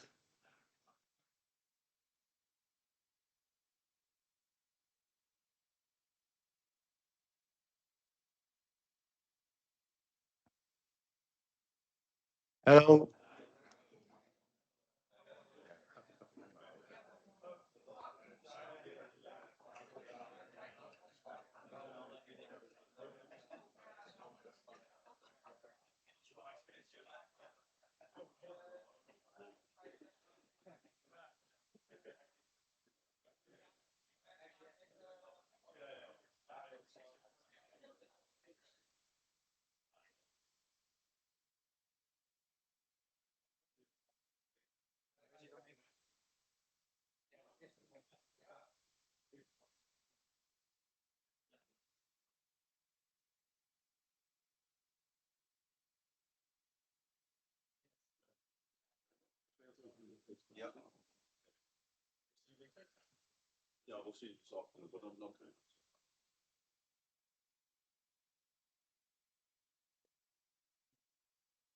Yeah, so thank you. We are going to start now with the third block, which is entitled Getting the Most from Installed Measuring Devices. And we are presenting this together, Jose Porro from Cobalt Water and myself, Beñat from Zeit. I will start with the work that Zeit has done in the project, and then Jose will take the floor. So first, I will introduce my research center. We are a research institute from San Sebastian in Spain. We were created in 1982. We are 300 people working. 100 of us are PhDs. The people that have worked in this project are from the areas of circular economy and digitalization within our center. There are also other research areas. And our mission as research center is the training of young researchers and also to do applied research projects in collaboration with companies. Doing applied research means that you need to publish. So some research lines that we have currently are digitalization of drinking water treatment plants, developing mathematical models for their optimization, cybersecurity applied to the wastewater treatment plants, also finding cheaper and more sustainable ways of recovering phosphorus as estrobite, or optimization systems, or optimization of systems and wastewater treatment plants, as the one in DARROW. This is the last publication of our team in the DARROW project.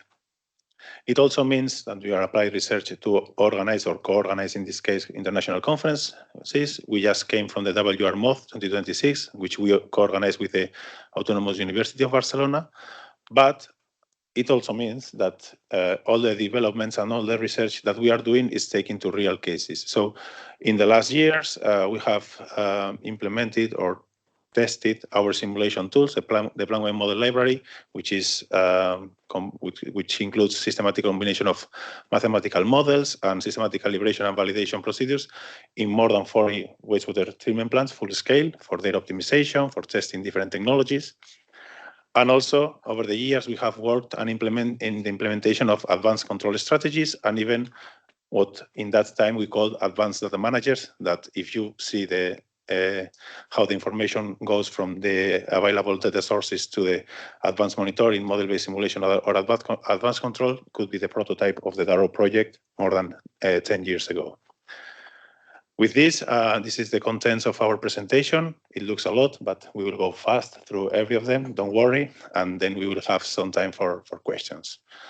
So regarding the work we have done, we all know that wastewater treatment plants are complex biochemical systems. They have effects of short-term, long-term, and the objectives that we are following, which Stefan explained previously, are of course plant stability, effluent quality, resource recovery, economic cost reduction, among others. Okay, this makes difficult always to make the best decision, as Stefan commented before. So our goal in this project was to provide more and better information for better decision making.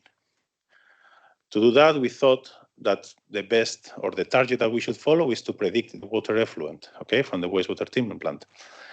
To get this water effluent, to get this prediction, we could get the information from the water inlet that it's been monitored in this project. We could get also, or we need to get how the plant is being operated, which decisions are being made. But also we need a third aspect, which is the biological activity of the plant. This is often unknown. It's very difficult to know which is the biological activity in real time. So we put the focus here. And we thought, okay, what do we know about this biological activity? We know that it has a slow dynamics. So why don't we take the water effluent measurements, historical measurements, previous measurements, not 2 years ago, but a couple of days, weeks. Why don't we take plant operation previous days and water inlet previous days and get a biological activity to be our target? So the information goes from the water effluent, plant operation, and water inlet to target the biological activity within my plant. Once that I have this biological activity, I can get better water effluent predictions and even consider water effluent as a restriction and provide better plant operation. So that's the idea of what we have done in the DARROW project. It's a 3-step process, as you can see. First, estimation of biological activity. Second, prediction of effluent and effluent quality and cost. And third, optimization, or if you prefer, recommendation, because we haven't automatized it. Okay, I'm going to focus in the first 2 mainly, but we could do the third too. We have done this 3-step process in 2 different ways. First, with hybrid models, we developed AI tools from mechanistic models, 2 tools exactly, one, the biomass estimation, and the second one, a reduced order model. And the second way of doing this is with data enrichment techniques using extended Kalman filters. I'm going to explain both. These are integrated within the DARROW general structure, which Ruth showed before in a much more elegant manner than myself, but this is the structure that we have. And we have integrated this in a platform, in a web-based platform with a user interface that is connected to the DARROW unified API of Haskell. So I'm going to go now through the hybrid models, how we construct them, why are we using them. But first, some definition. The state estimator reconstructs and measures process variables from available process information. Remember that the block title was getting the most from available data. So what we want to do is to estimate other values that are not actually measured.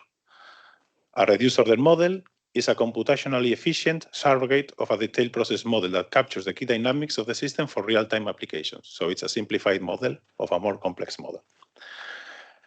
Of course, the state estimator is focused on estimating the biological activity, and what it does is uses available real-time measurements and runs an algorithm to estimate a daily value of the biomass that I have in my system. With this state estimator, using real available data in the plant, I can run the reduced order model, which makes a prediction of the water quality and cost 24 hours in advance, and gives you a recommendation by optimizing a cost function that includes water quality and cost. And why are we doing this? Well, Stefan has talked about mechanistic models and how they are used. They've been used for decades in wastewater treatment plant. We've been using it for decades in wastewater treatment plant. They are good, but they have 2 problems. The first one is that they need to be used very rigorously. This limits their application to people with a specific knowledge on modeling and simulation. And the second one is that they are very difficult to use in real time. Their application is generally limited to offline tasks as data collection, calibration, and scenario exploration. So we've been working this for some time now. And the typical project that we get is we have a wastewater treatment plant. It has generated historical data. We calibrate our model. We run some tests. We file a report. And if we are lucky, the operator will make some changes and apply it to the wastewater treatment plant. I mean, this is great. We are providing high value because we are testing things in a cheap and fast manner. But it also seems that we are little bit away from the real plant operation. There is a barrier between the people developing models and people operating the plants. So in the DARROW project, what we wanted to do was to transform this simulation and data processing expertise into practical tools that could be easily used on site and in real time. Okay, this is the challenge that we have. Some people call this a digital twin. Well, this is just a name, but this is what we are trying to do. And the idea is very simple. Is if we can reproduce wastewater treatment plant with mechanistic models, and we can reproduce mechanistic models with reduced order models, then we should be able to reproduce the wastewater treatment plant with reduced order models. With advantages that we are working with available plant data in real time. They don't have complex initialization. They can be used with daily use nomenclature, and the simulations are way faster than in the mechanistic model. We did this by by doing a lot of scenarios with a calibrated wastewater treatment plant model, generating synthetic data and training our models. So we generated 1,000 years of simulated data with the Tilburg simulation model. With this 1,000 years of simulated data, we use as inlet features 10 points of data of influent, oxygen, dissolved oxygen, ammonia, nitrate, and phosphate, and we target the biomass in the system. What we are seeing here is some of the simulation of the testing, not the training session, but the testing. Okay, in the first column are the autotrophs for 5 different simulations. The second columns are the heterotrophs for 5 different simulations, and the third column are the phosphate accumulation organisms in 5 different simulations, randomly picked. So what we are seeing is that the biomass estimator is perfectly capturing the concentration of the different bacteria in our system. So it's replicating very well the mechanistic model. Of course, we cannot test this with real data, but we can just see if the reducer of the model, if the biomass estimator is actually reproducing the complete model.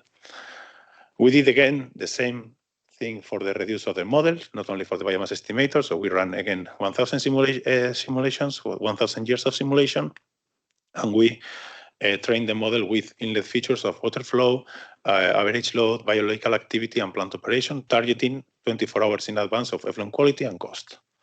Again, the reducer of the model was able to capture very well the dynamics of the mechanistic model by just using a very simplified structure and by using just data that is typically available in the wastewater treatment plant. You are just seeing here comparison for aeration cost, sludge production, chemical oxygen demand in the effluent, ammonia in the effluent, nitrate in the effluent, phosphate in the effluent, total nitrogen, and total phosphorus in the effluent. As you can see, this is 60 days of simulation of a randomly picked simulation. So our light models are capturing very well the complex mechanistic models, so they are prepared to be run in real time. So again, this part of the process is fine. But of course, we want these ROMs, these reducer of the models, to reproduce the real data. This is still an ongoing work. I'm not going to talk again about the problems that we have with the plant operation, and this has generated some delays, but this is still an ongoing work. But we have some good news. The reducer of the model is capturing the daily dynamics, so this is positive because it's reproducing some real mechanisms. We are seeing here the comparison between the phosphate measured in the real plant in pink and the reducer of the model dynamics, predictions, and we see that the general dynamics are quite well captured. For ammonia, it reproduces quite well for some months, the ammonia in the outlet in yellow, but as Stefan told, these models have the problem that they don't extrapolate very well, and this is a problem that we are facing now because they are predicting a value of ammonia which is not possible, no, it's not physically possible, so there is still some work to do there. And for nitrate, we started to capture more or less the nitrate in the first months. Now we have lost it. So it seems that nitrification, according to the results that we are having, is being over-predicted by the reducer of the models, despite they were predicting very well the mechanistic model. So this makes us think a little bit. The reduced order models have very promising results for mechanistic models. The simulations take seconds or even less compared to 1 hour, 15 minutes, 1 hour that can take a complete mechanistic simulation. So they are prepared for real-time operation.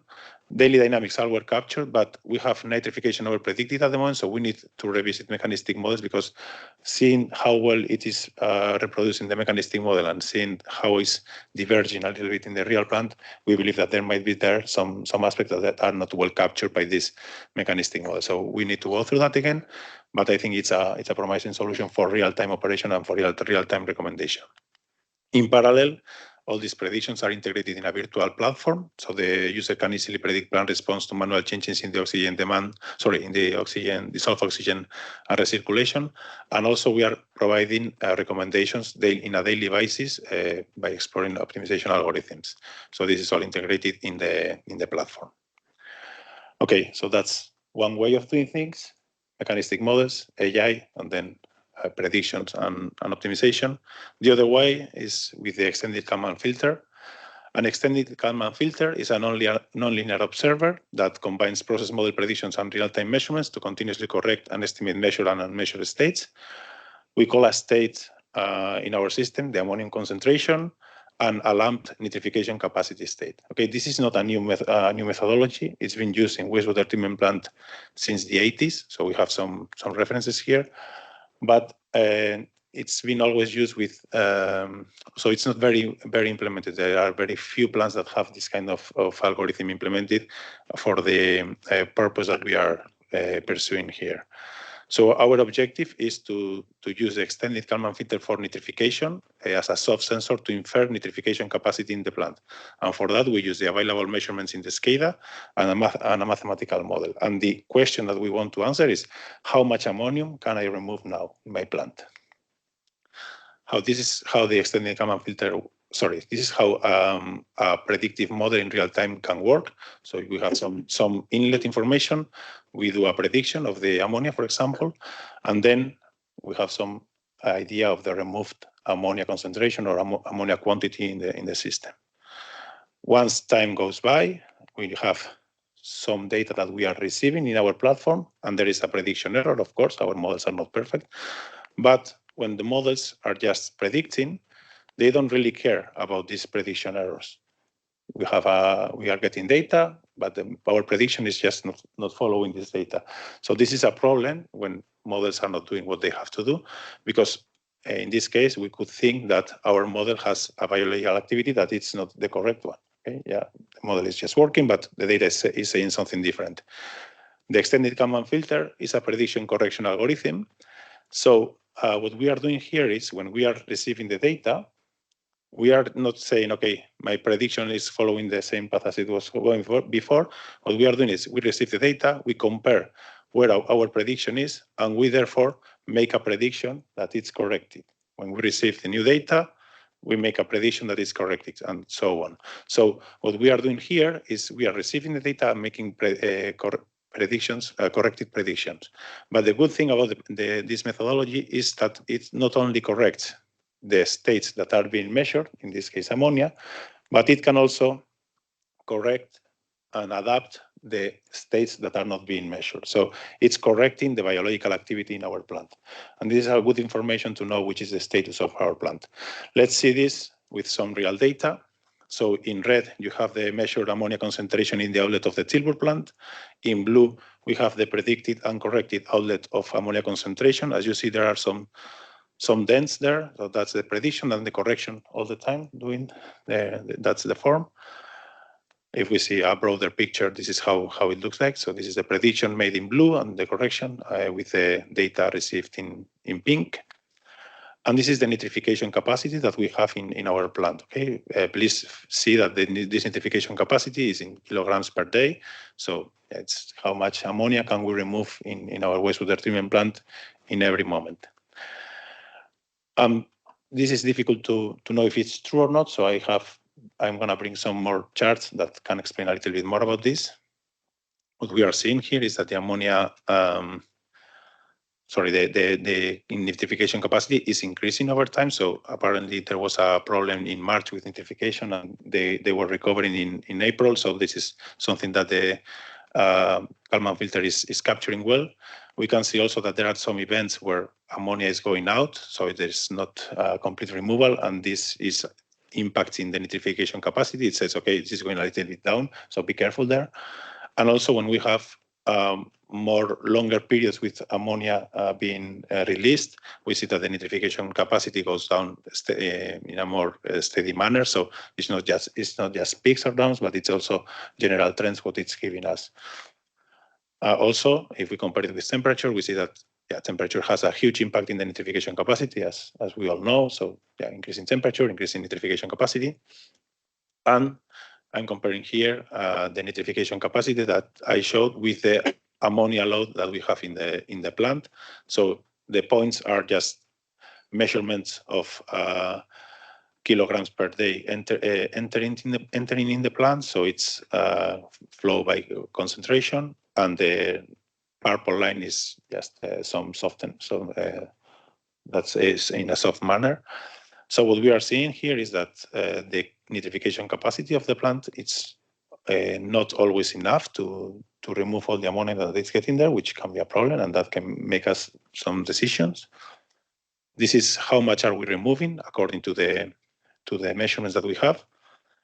And what we see is that if we compare the ammonia inlet in the load and the ammonia concentration in the outlet, we see how the points which are over the line that we were drawing regarding our nitrification capacity are very well correlated with the ammonia concentration peaks in the outlet. So our nitrification capacity self-sensor is telling us if we have enough possibility to remove this ammonia or not pretty well. This all has been implemented in the platform, and the user has the information by doing some clicks. So we can say that now we have a soft sensor to understand how much ammonia can I remove in my plant. Of course, this is just a soft sensor. This is not decision making. I wanted in the DARROW project, this is what we had to do with the extended Kalman filter, but this brought us new ideas, and I wanted to show you an example of transferability of these new ideas to another plant.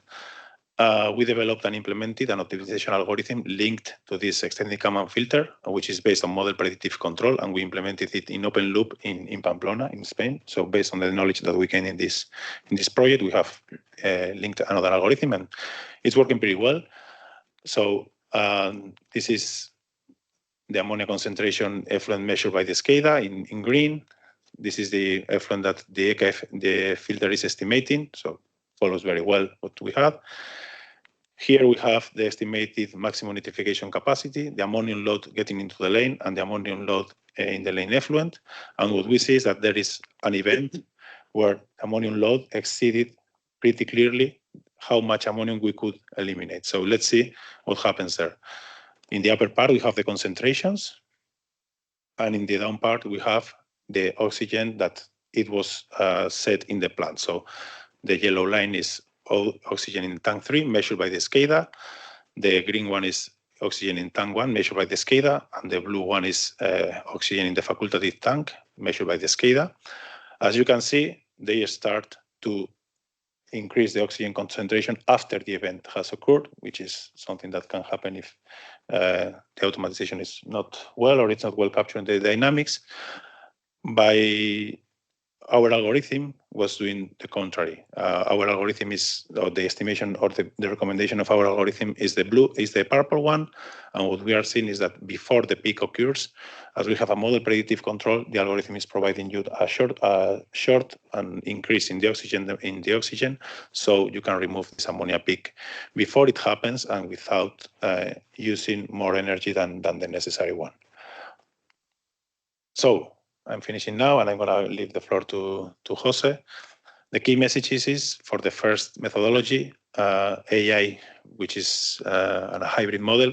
I think it's a very powerful tool. I think it's very versatile because we can have all the information of the mechanistic models in a very fast and easy to use tool. This is the first implementation of these kind of tools, as far as I know, in a real wastewater treatment plant. So, of course, we need still to gain some robustness in the results. But it's a promising solution because it's very less, so it doesn't need so much data to be running.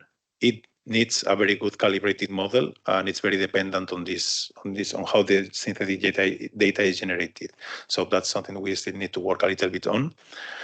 Regarding the second option, the extended command filter, it's focused on identification, activity, and control. It's, at least for us, the first implementation. I don't know if there is maybe some plants, I think, in Denmark that have this kind of algorithm implemented. I think it's more robust because it's being corrected all the time. And I would say that it's more data intensive, at least for the online implementation, because we are using a couple of sensors of ammonia, flows, etc. So that's all I had to say. I'm leaving the floor to Jose now.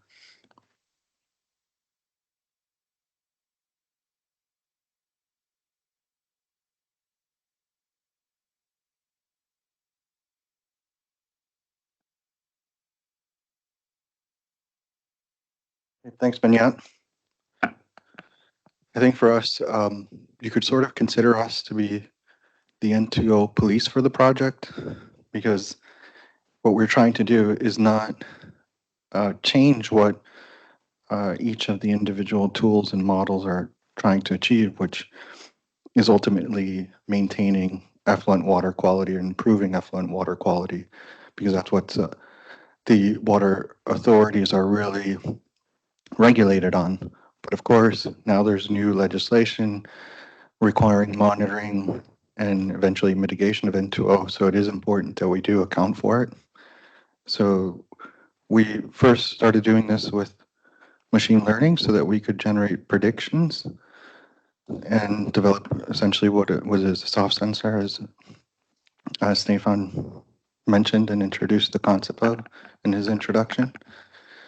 And in terms of the methodology, we first would go through data validation, processing, and cleaning of the data.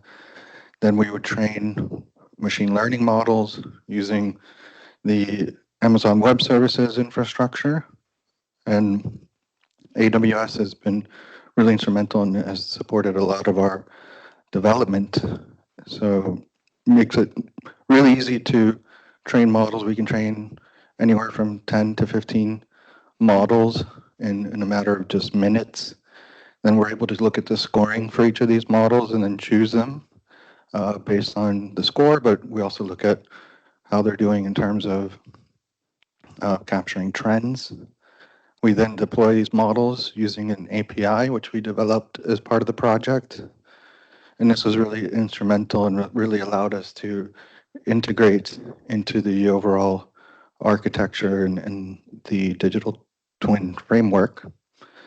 Then using the inputs from the different tools, like mechanistic models or the reduced order models, the API then returns predictions of the N2O emissions and also a risk of N2O for decision support. And this is decision support for deciding on what control strategies to ultimately implement. But the soft sensors can also be used for fault detection of the real sensors, which are deployed, and also for data gap filling, because if you're measuring N2O, whether it's in the liquid phase or in the gas phase, there will always be measurement data issues.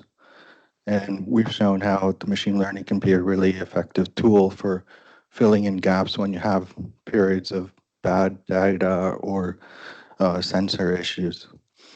But we can also use the soft sensors for monitoring the N2O offline or online, especially with the API, for monitoring the performance of the treatment plant and for emissions reporting. And also for reporting or taking into account the emissions in parallel treatment lanes, because obviously we can always multiply what we measure in one lane by the number of lanes, or we can actually do a bit better than that and take into account the differences between the lanes using the soft sensors. And here's just a visualization of what we look at to help select the models. And you can see we can achieve very high R-squared scores. And this is actually not something that was new to the project, but we wanted to use for the project. We started doing this commercially back in 2020.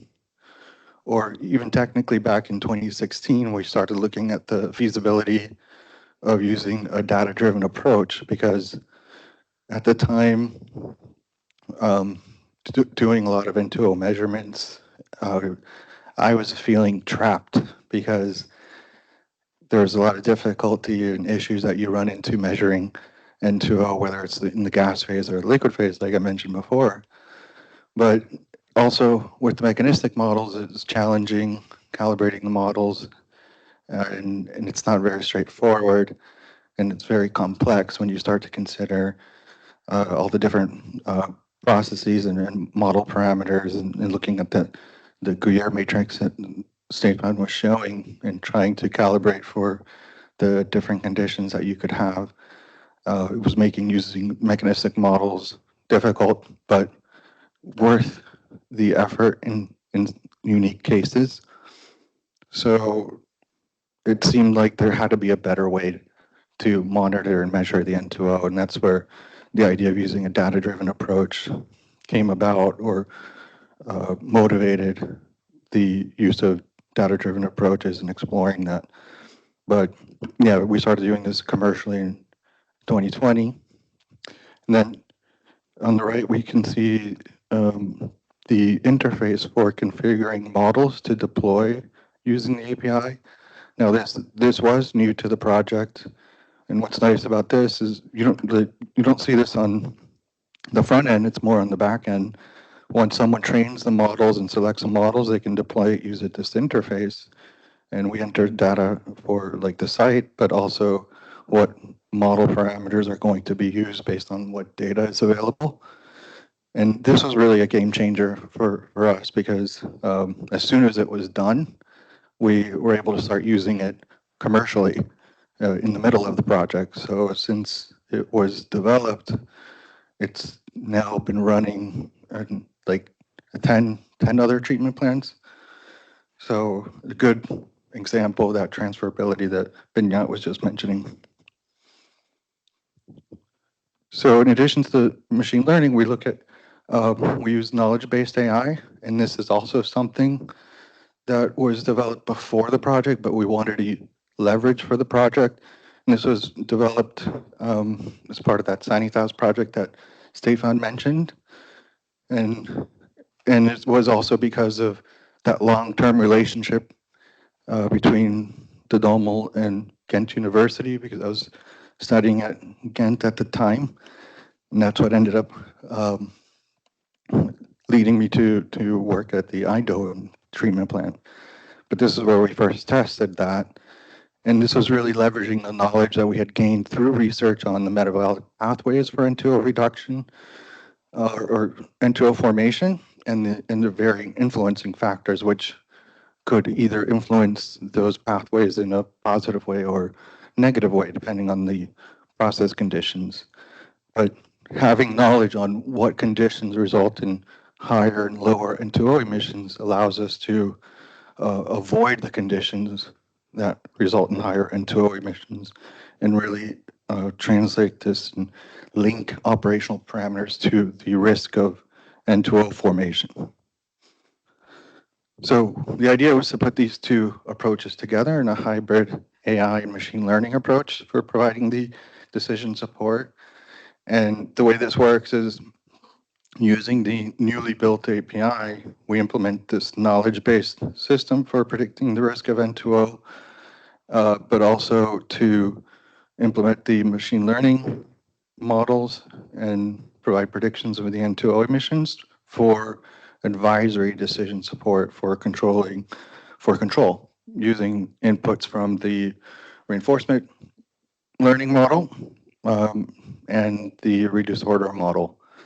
And the outputs that are generated include a dynamic risk profile for the risk due to low DO conditions, the risk due to high DO conditions, the overall risk, the N2O emissions, and recommended DO set points. And what was interesting is that for the reinforcement learning model, for example, it was being trained with and without this N2O risk. And the results indicated that there wasn't a huge difference between the two.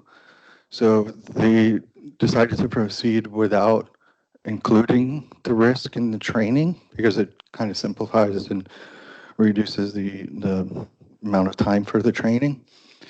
But it also confirmed that the proposed control was already doing well in terms of N2O risk, which is not uncommon when you're talking about advanced process control, because inherently what you're doing is helping to provide better management of the dissolved oxygen, provide a more stable operation, and really minimize the, I guess, the amount of times where you're providing either too much air or oxygen or too little air and oxygen.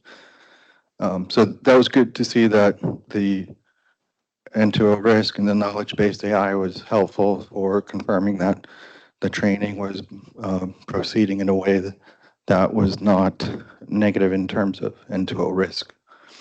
And what was interesting for the reduced order models is that ultimately we're providing, they are generating their own DO recommendations based on operational cost, minimizing operational cost, effluent water quality. And we're generating recommended DO set points in terms of trying to minimize the risk of N2O formation. So they're able to use that as sort of like a check against the recommended DO set points they're coming up with and deciding whether or not that needs to be fine-tuned. And so when we put these together, generally what it allows is basically removing the black box around the machine learning, because what you can see is when it's predicting higher N2O emissions, the risk will tell you exactly why, and exactly what you need to do. So it's in a way mimicking how an expert would look at the data and decide whether or not there's a problem, and if there is, what you would need to do to resolve it. So that's why, in a way, you could also call it an expert system.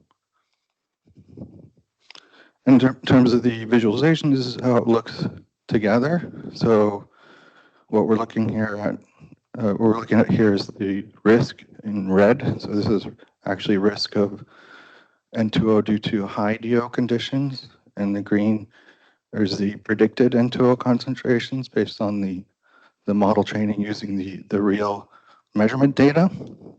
And we can see that during their peaks of N2O, they're always falling perfectly inside of these peaks of high DO risk. And also what we generate is those recommended DO set points. So the gray is the proposed DO set point from the controller, and the light blue is the recommended DO from the N2O risk perspective. So this allows you to see whether you're proposing DOs that are either consistently above what's recommended or below, and it allows you to decide whether you need to be adjusting things or correcting. And obviously we want to make sure that this works, and I mean, we've tested this time and time again successfully, but here's just an example of the type of insights that we can gain for decision support. And here what you see is ammonia being converted several times under these peaks of the high DO risk, and as this ammonia is being converted, we see the N2O coming up. So basically this is telling us that this increase in N2O is because our DO is too high. So in terms of the architecture, this is more of a less intricate illustration of it, but it kind of just shows how the SAID platform is connecting to the API and how the API is receiving the predictions from the risk model and the machine learning model, and then being able to provide that back for insights. And this diagram towards the bottom right is sort of showing the decision workflow resulting in the ultimate N2O insights. And so obviously what's interesting is to see if this architecture can actually work. And looking at the data, so the reinforcement learning control was recently started to be implemented, and the exact time, and we also have to look into like what the loading conditions are. So these are very preliminary results, but they are very promising. So I kind of just drew a line based on the last week of data that we had or were able to pull, and indicates that the N2O is approximately 70% less than the left side of the dashed line, which is mostly the time before the controller was implemented.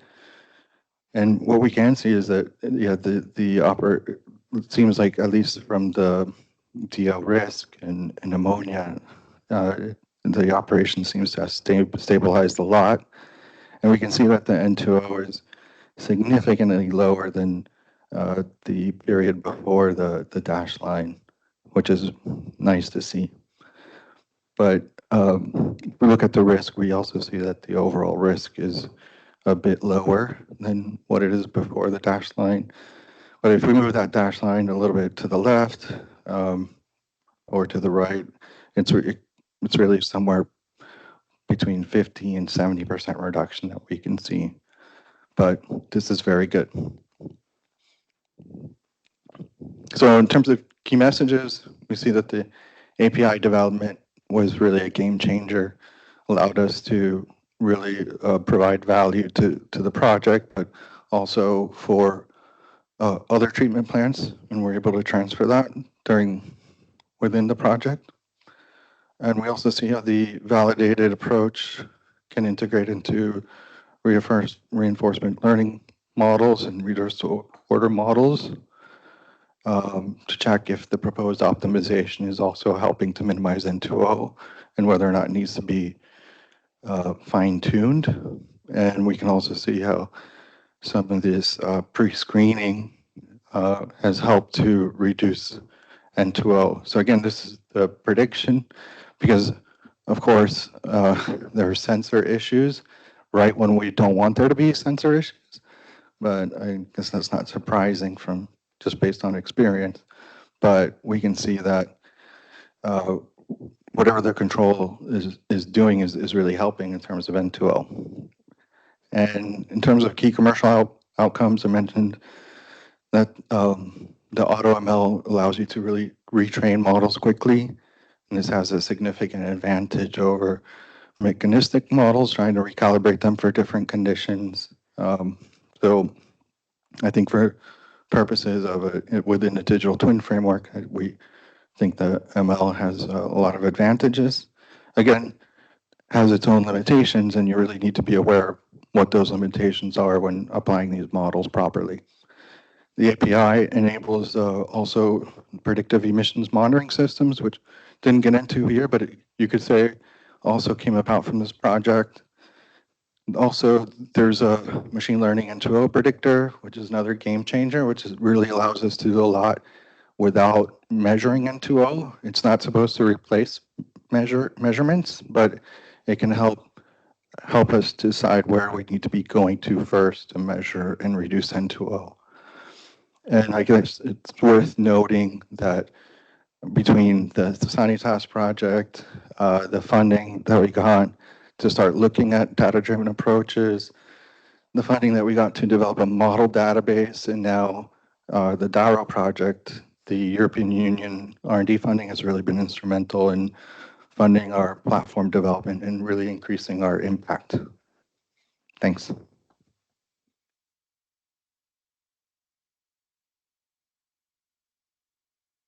So now we have some time for questions. I don't know if there is anything. I have one question for you and one for Jose. So Jose, you showed almost 100% R squared, right? A perfect prediction. Is that then on the training set? Well, We need to unwise the country. yeah, that was not on the, I guess, untrained. That was not on untrained. That was a training performance, which uses 80% of the measured of the measure data for training and 20% for testing. That's strictly for like a training data set. So because if we're not getting good R-squared score from the training data set, then we can forget about trying to use it to predict or predict N2O for conditions it hasn't been trained on.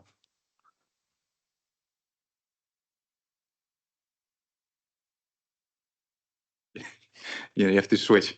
Okay, but that was the point, right? That there is extrapolation behavior for the N2O model, right? So what is then the prediction value during the test set? Or like how long does it take to drift from the N2O when you train a model?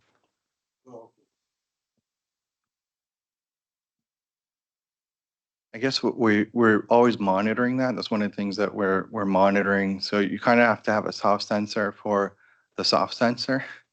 And one of the things that we look at is like the operational envelope in terms of the training. So we're always kind of comparing to the conditions that it was trained on, so that if you do go outside of that, then you get a flag.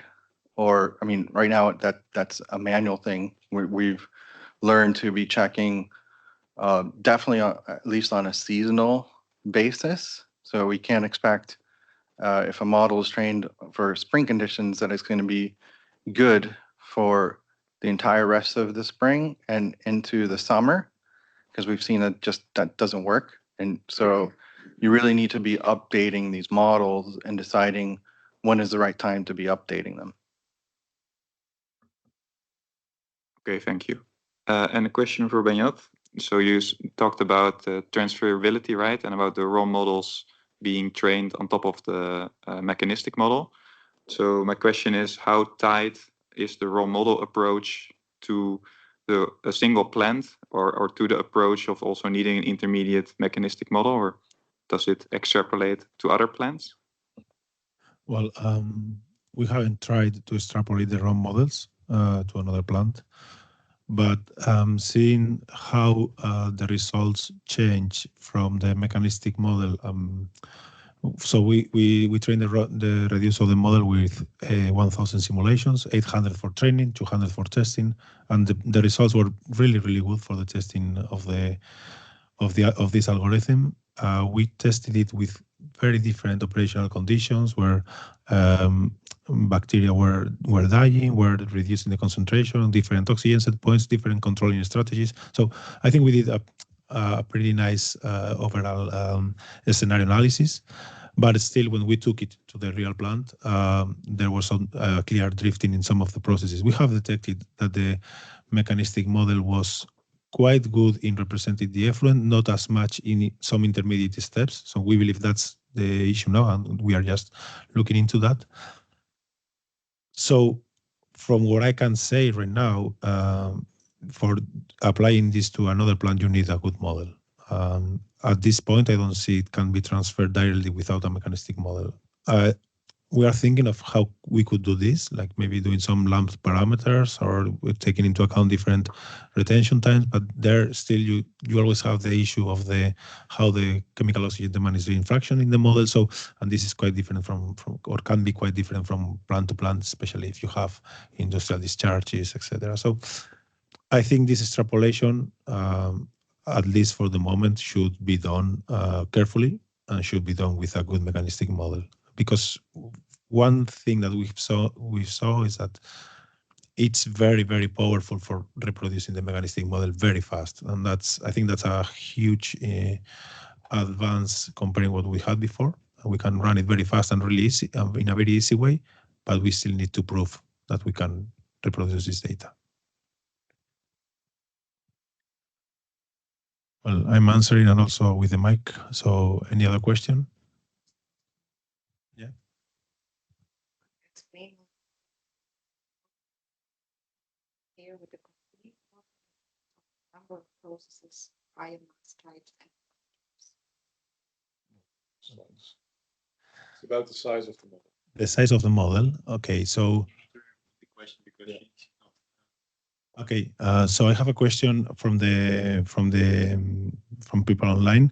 So asking about which is the size of the reduce of the model. Is that correct? So okay. So what we are doing is we are doing this in 2 steps. So we have first a step for the estimation of the biomass. In this case, we are using a GRU model to predict the biomass concentration. So we are predicting the heterotrophs, the autotrophs, and phosphate accumulating organisms. So they are the 3 bacteria in the ASM2D model. And we are using for that the data of 10 days previous to the prediction. And we are using 1 daily point for these predictions of influent and average values of oxygen, ammonia, phosphate, and nitrate. Then the model itself, the number of parameters, I mean, it's a machine learning model, so I have it somewhere, but I don't know the number right now. But it runs very, very fast. So when it's trained, it's very fast for running. And then the predictions that we are doing are predictions that are also in the ASM2D. So we are predicting ammonia, nitrate, phosphate, total nitrogen, total phosphorus, COD, cost, and sludge production. Some of them can be tested in real life. So I show the data for the nitrate, phosphate, and ammonia. Some are more difficult because we don't have the sensors, but still we are having these predictions. And in terms of accuracy, I showed before the data, it's reproducing very, very well the mechanistic model. So that gave us hope that it's a nice path to follow, but still for the, as I said, for the prediction of the real data, it's giving us some challenges. So I don't know if I answered correctly, because talking about size of the models in machine learning, a number of parameters is difficult, but if we are thinking of targets, that's the answer. Okay, so if not, please, you can ask again and I can try to clarify. Meanwhile, any other question? So we can proceed, so we can keep things on time. Thank you very much for your attention. And now, Kimberly, she's going to talk us about the next block of today. So it's process optimization, reinforcement learning, AI supported by mechanistic models. So Kimberly Solon from UGent, please. Good morning, everyone. So in the last block is on process optimization. So this is actually in particular talking about reinforcement learning, which is an AI-based tool which is supported by a mechanistic model. So we will briefly discuss why optimization matters, and our colleague who is working on the RL, Omid, he will talk more in detail about the RL, the approach that we use, the challenges, and the results. So why optimization matters? This can also be answered by asking what are we actually optimizing in the plant. So decades ago, the main important thing for a treatment plant is for human health. So basically, we just want to have a good effluent quality. But year after year, decade after decade, these goals are changing. More goals are being added. So now we also want to minimize our energy costs. We also want to use less chemicals. And as already mentioned by Jose, that with the new water framework directive, we have to already think about greenhouse gas emissions, and at the same time, plant operators also wants to have a stable operation.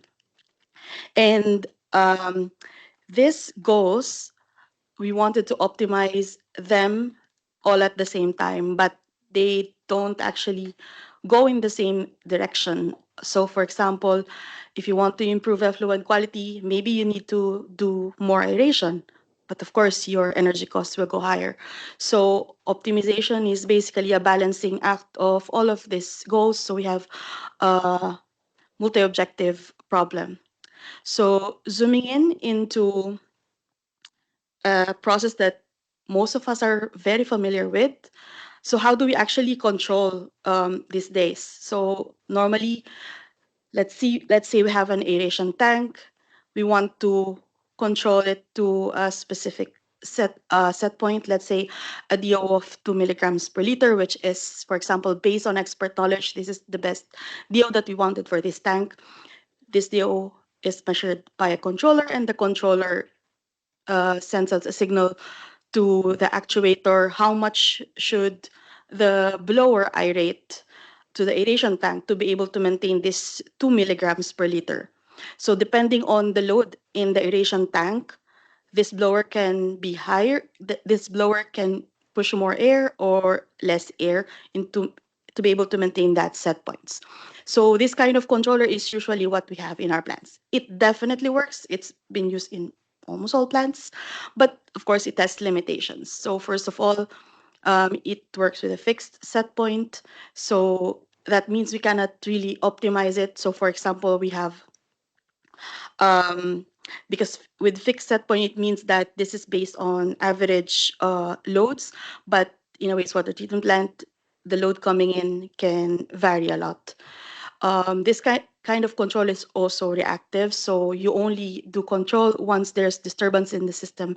But so it means that you cannot predict if there's something wrong going in, so you can only do something once something goes wrong already.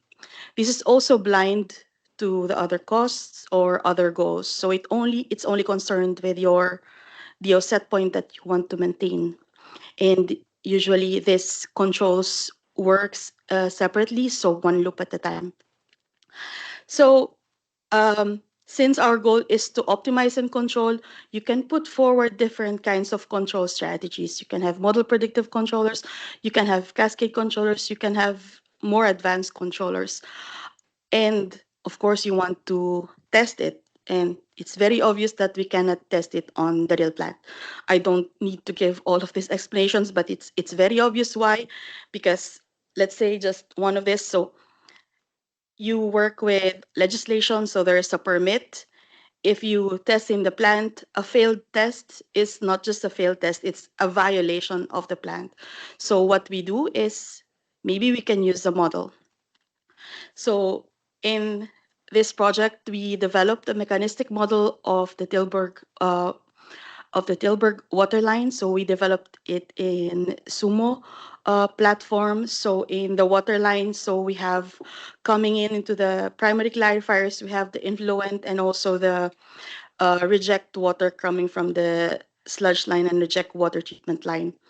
Then this model is also simplified because we have a 3-lane model and we simplified it into a 2-lane model. So you also have in the biological units, you have the anoxic tanks, the whistle tanks, facultative tanks, and the nitrification tanks, and then you have the secondary clarifier. So here we modeled not only the unit process themselves, but also the controllers. So some of the control handles that were included were, of course, related to the aeration, internal recirculation, and the sludge recirculation. So after building this model, is it now useful? Not yet. So the main important thing is that this model should represent the plant. So that's where model calibration comes in. So this is a snapshot of the calibration that we did in the unit processes and for the measurements that we have in some of the unit processes. So the question is it perfect? Definitely not. So as in any full-scale modeling efforts, we have constraints, we have limitations and uncertainties on the efforts. So because of this, we deemed sufficient these results. So this calibrated model we deemed sufficient to go to the next step, which is the development of the RL. So my colleague Omid will now explain how this mechanistic model was also incorporated into the RL.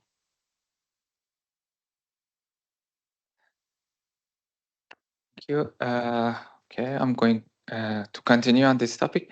Okay, Maybe first a little explanation about reinforcement learning. Reinforcement learning is an active learning framework, which means the agent will be trained by try and error.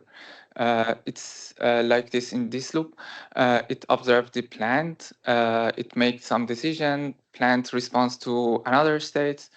Based on the signal that we give to the agent, which is the reward, it decided it was a good or bad decision and try to improve its interpretation. This loop will be repeated many times. In this case, minimum 4 million steps. And during this process, we store the data. Saying that 4 million steps, which each step in a real world is worth of 15 minutes. So in combined, the 4 million steps worth of a century. So that's explain again why we need the mechanistic model to run this training loop. We cannot obviously interact with the real plant. For this project, the agent we try to develop different agents. The one that we are deployed in the real plant is now controlling the lane 3. And in its observation, it sees this sensor measurement, the influence, and some measurement in one of anoxic tank, oxygen in nitrification tank, and also some parameter at the end of this lane. And our RL agent, we decided to keep it at minimum.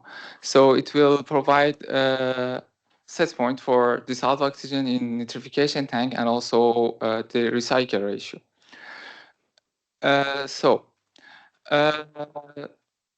The RL agents try to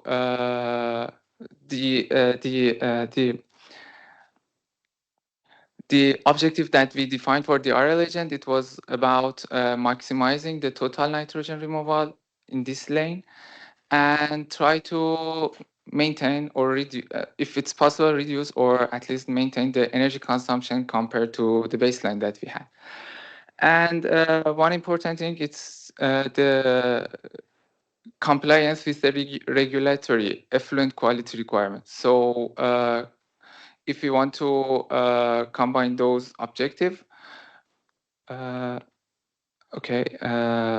maybe before that, this is going to be a multi-objective problem, and meaning that, for example, with consuming more energy, of course, we can remove more total nitrogen from the system, but we need to balance this objective. And also using some prediction that the agent knows from the system, it can also try to goes more toward the theoretical Pareto front.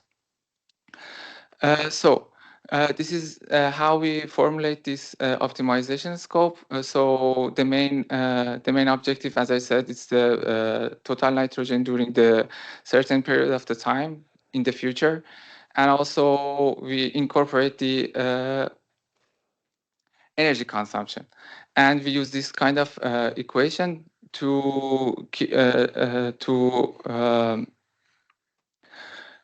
prioritize the energy consumption below the average that we know, and if the agent consume more energy, it will be punished. And then again, for the regulatory compliances, we also use this some sort of threshold at the effluent.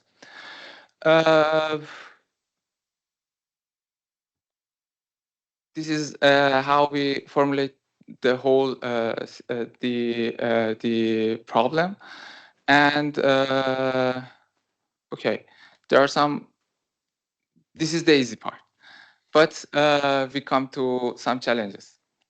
The first challenge is it sim to real gap. For example, here this is the best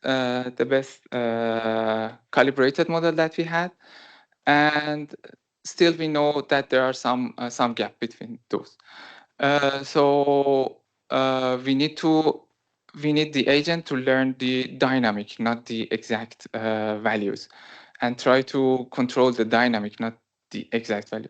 So we know that there are some biases in some observations. So and also there are the real plant data, it would be noisy. It's not the perfect well calculated values. For this problem, we used some technique called random domain randomization.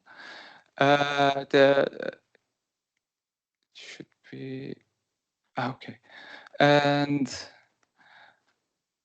for that also we use we try to fill the stored data that I mentioned. We try to use also the actual plant data, combining with the simulation data.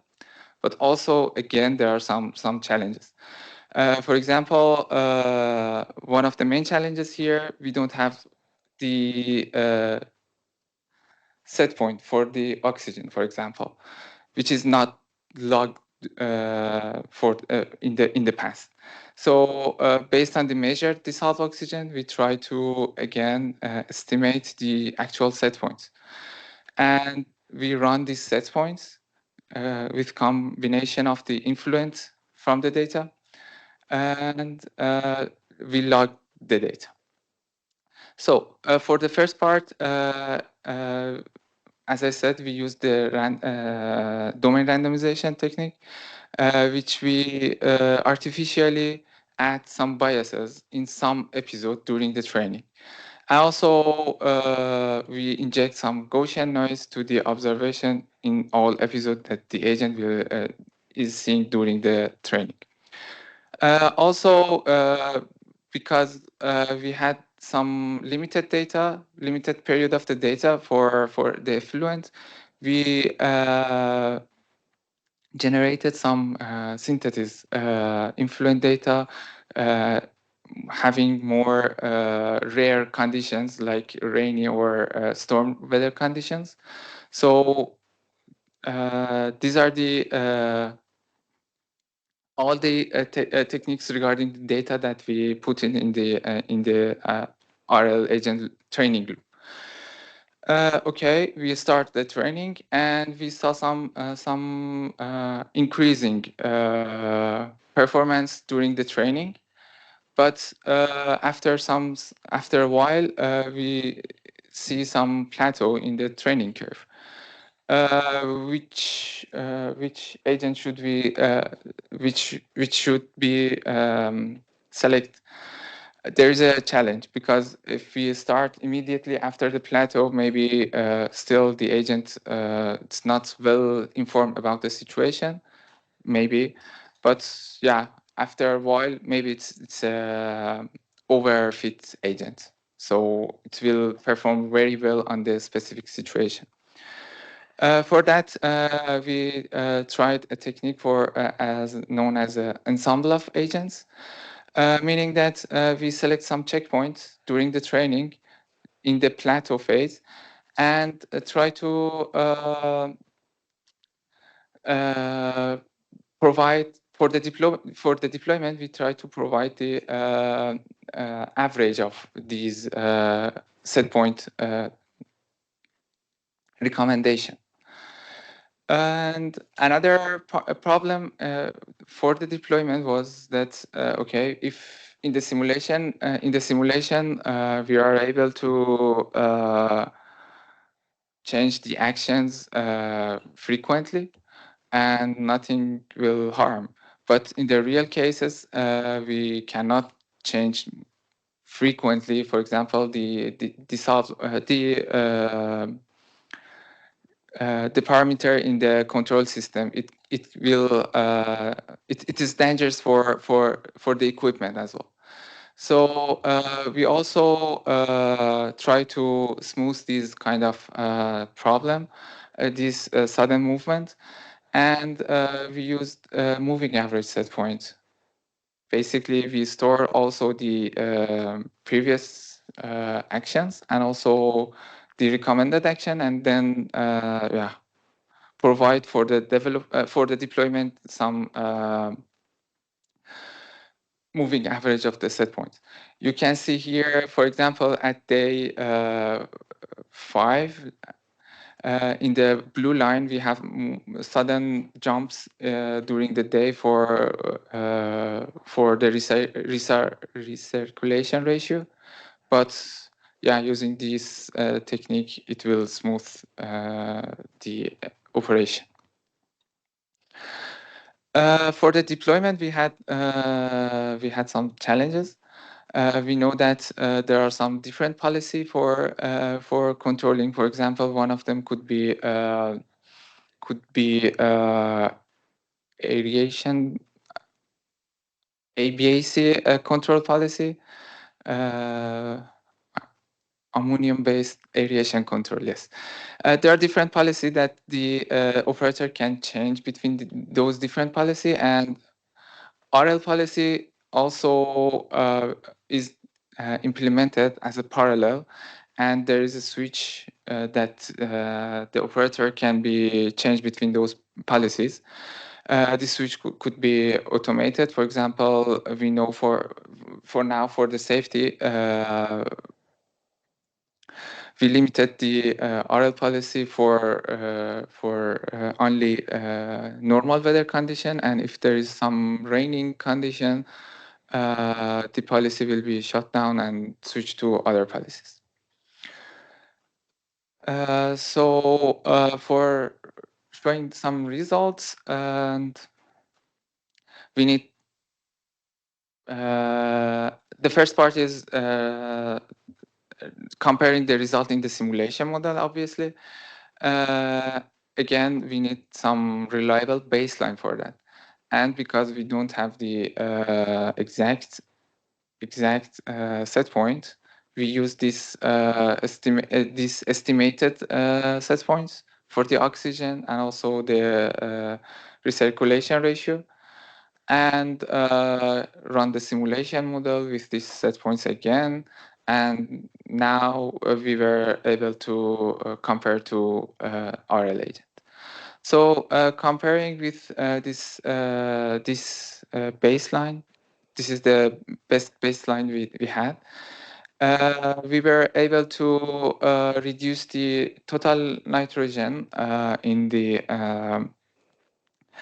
lane 3, the lane that we are optimizing, by 6%. And the total energy, by total energy, I mean the average of the sum of aeration and the pumping energy. We were able to save about 20%.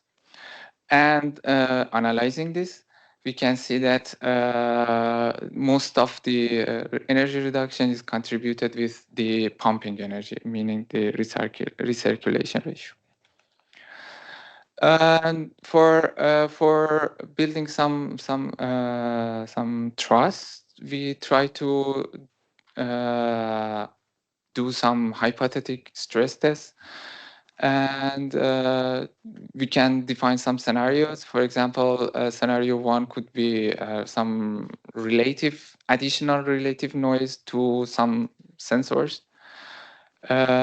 We can simulate saturation or drift. By drift, I mean some accumulative error in the sensor. It means basically some clog in the system. And yeah, these are observation 5 and 6 are related to oxygen in the nitrification tanks. And at the beginning of day 2, those scenario it will start.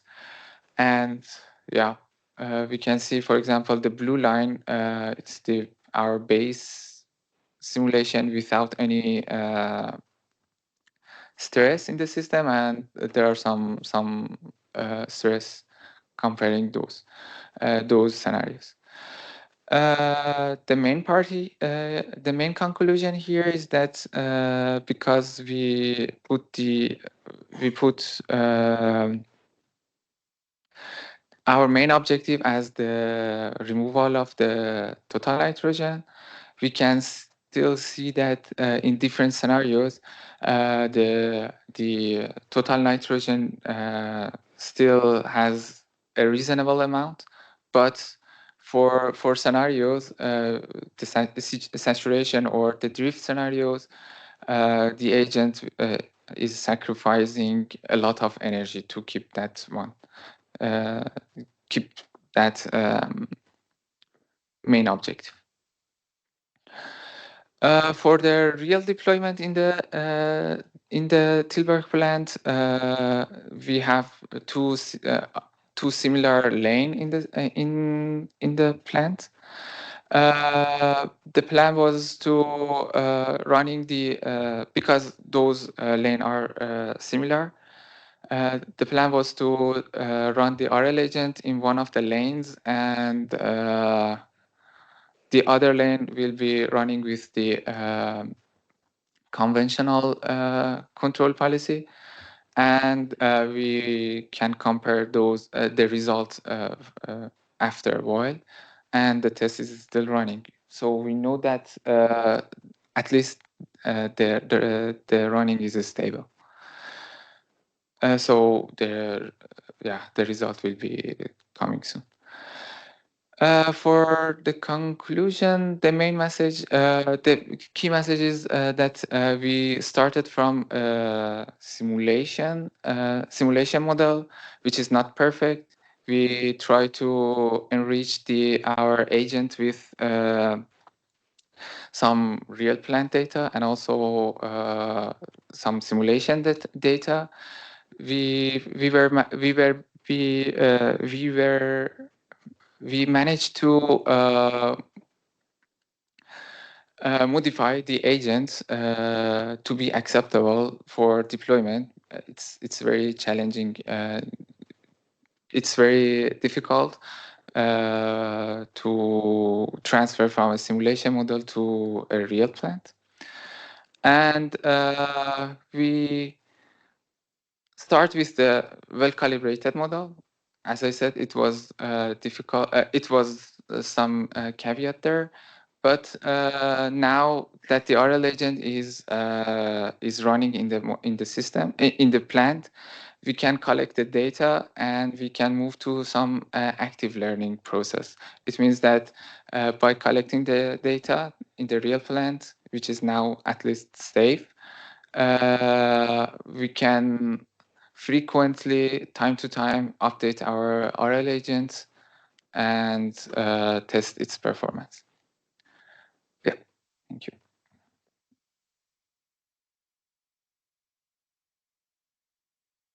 So thank you very much, Omid and Kimberly. I don't know if there are if there is any question. Yeah, Otto. Yes. If you click there. Yeah. Okay. Yeah, I was wondering two things. The first thing was that during the simulations you saw significant difference in pumping energy, but not in aeration energy so much. Have you any idea what explains that you saw the potential of especially saving pumping energy and not aeration energy?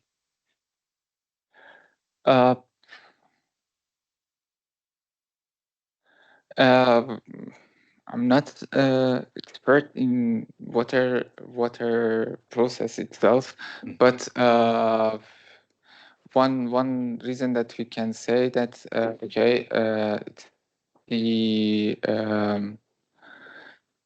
agent sees this.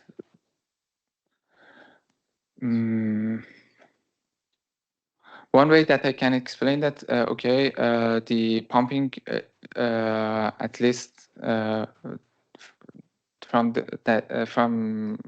At least we know that in the real plant, most of the time the pumping it's at maximum working capacity, but the RL agent sees some opportunity to reduce that the pumping flow during different period of the time. And now it's running. Maybe you do not have yet a table with results, but are there already any ideas how it performs? Maybe that's more a question for the Dommel regarding the numbers of aeration and recirculation energy. I don't have it yet. I know there are some behavior that we need to explain. For example, there are some unexpected behavior during the night, which is still stable, but no, we still don't have the conclusive table to compare. Add on that, I don't have much. You walk here.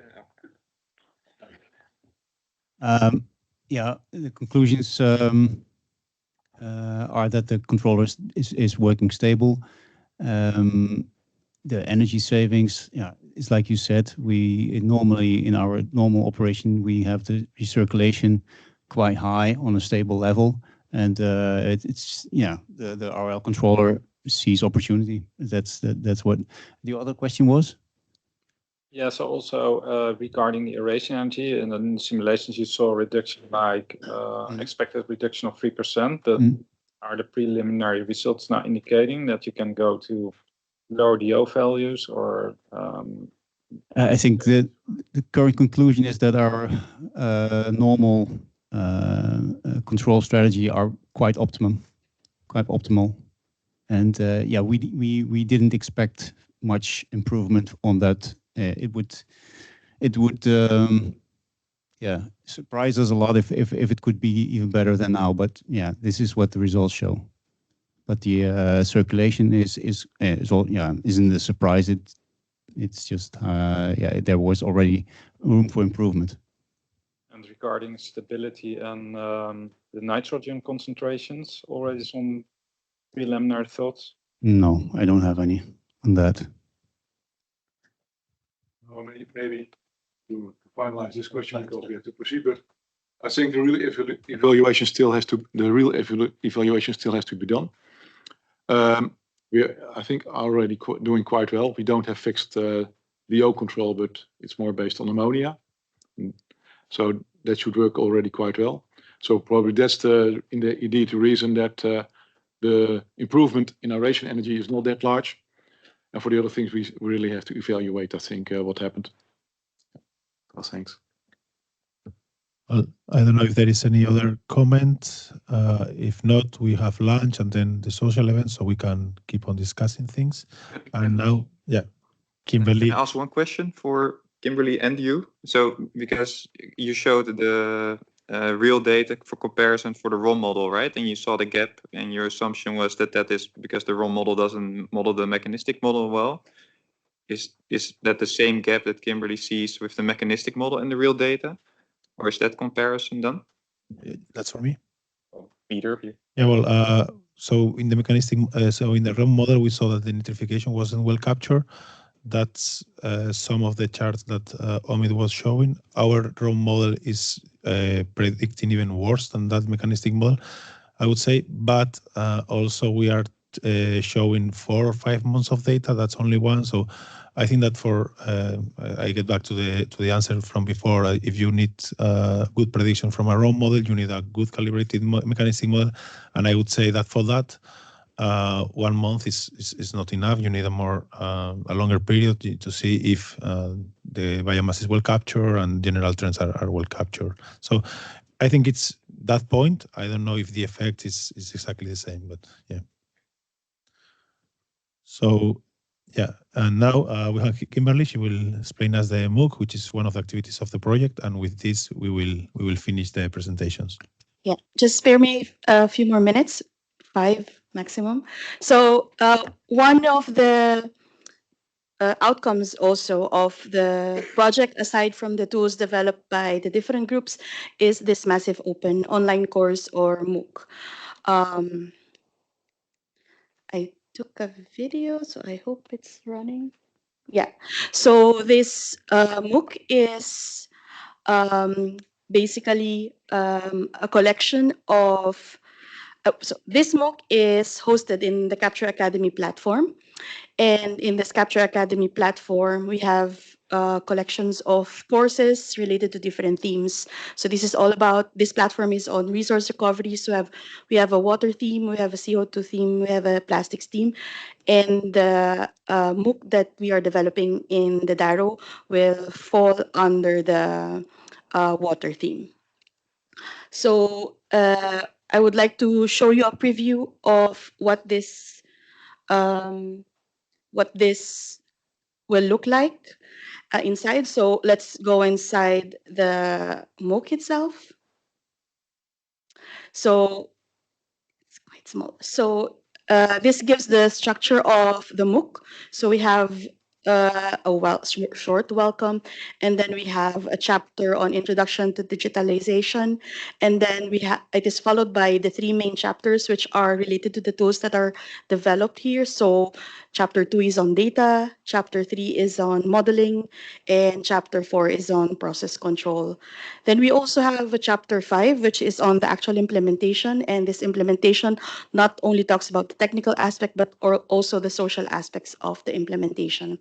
Then we also have the conclusions, which gives a short overview or summary of the different key messages from the 5 main chapters. So in the welcome section, we give the purpose of the MOOC. Here we say what the learning objectives are, who are the target audience, the total studies time. It also gives an overview of the course collaborators, also on how to use the platform itself. To show you what are the materials inside the lessons. So I would choose one of the lessons, so chapter 4 on process control, to show you what is really inside there and how it is structured.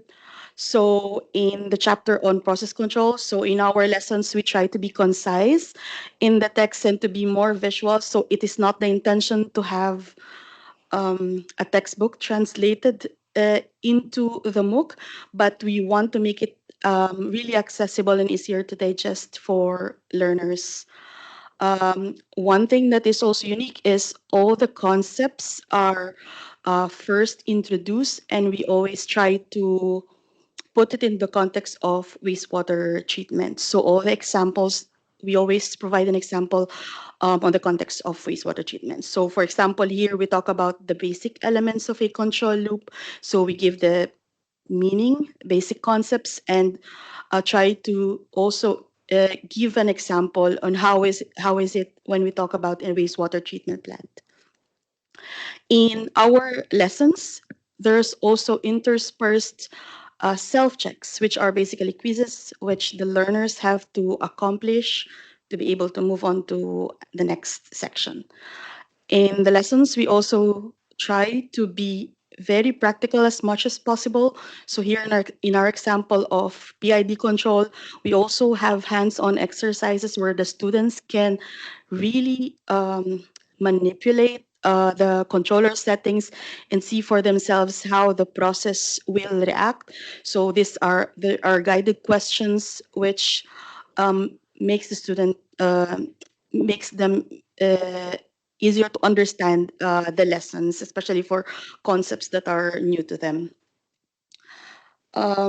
Aside from this, we also have videos from our experts. So for example, we have Janelsi to provide us with a short lecture on high quality data, since Vito was responsible for the work. So they also give examples that are very related to what they did in the... is often overlooked.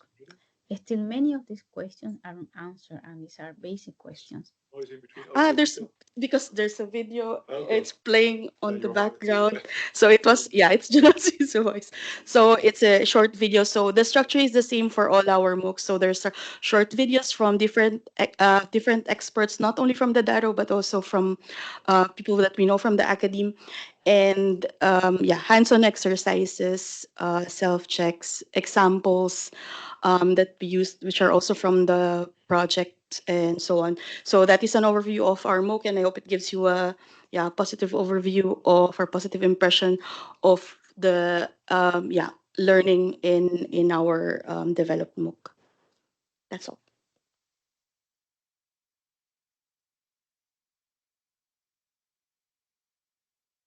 Okay. So any comments on this? Well, if not, looks nice. It looks nice. And there was still one question for Omid from the. There was, if I don't know if that's possible still, Benjat. Just one question for Omid, a more technical probably. Which RL technique, SAC, PPO, I don't know what it is, did you use and why? We used SAC as a core, but we developed in our in-house variation of that, and there are some reasons. For example, it has more. It has better exploration. For example, technique on it. The detail is in our paper. The detail of the the agent is in our paper. Okay. Thank you. So and otherwise, the questioner Tom Wambeck can contact you for more detailed information, I suggest, or consult your paper. Yeah. Thank you. Yes, of course. Right. So with this, we conclude this part of the event, the morning part. So thank you everybody for the people that are here attending the event, and also for the people that are online. You won't continue with us, but people here have now lunch and then a field visit. So yeah, I think it's been a good event where we have explained all the activities, or most of the activities of the DARROW project, and we have shown the value that they can add. So yeah, thank you very much, and see you.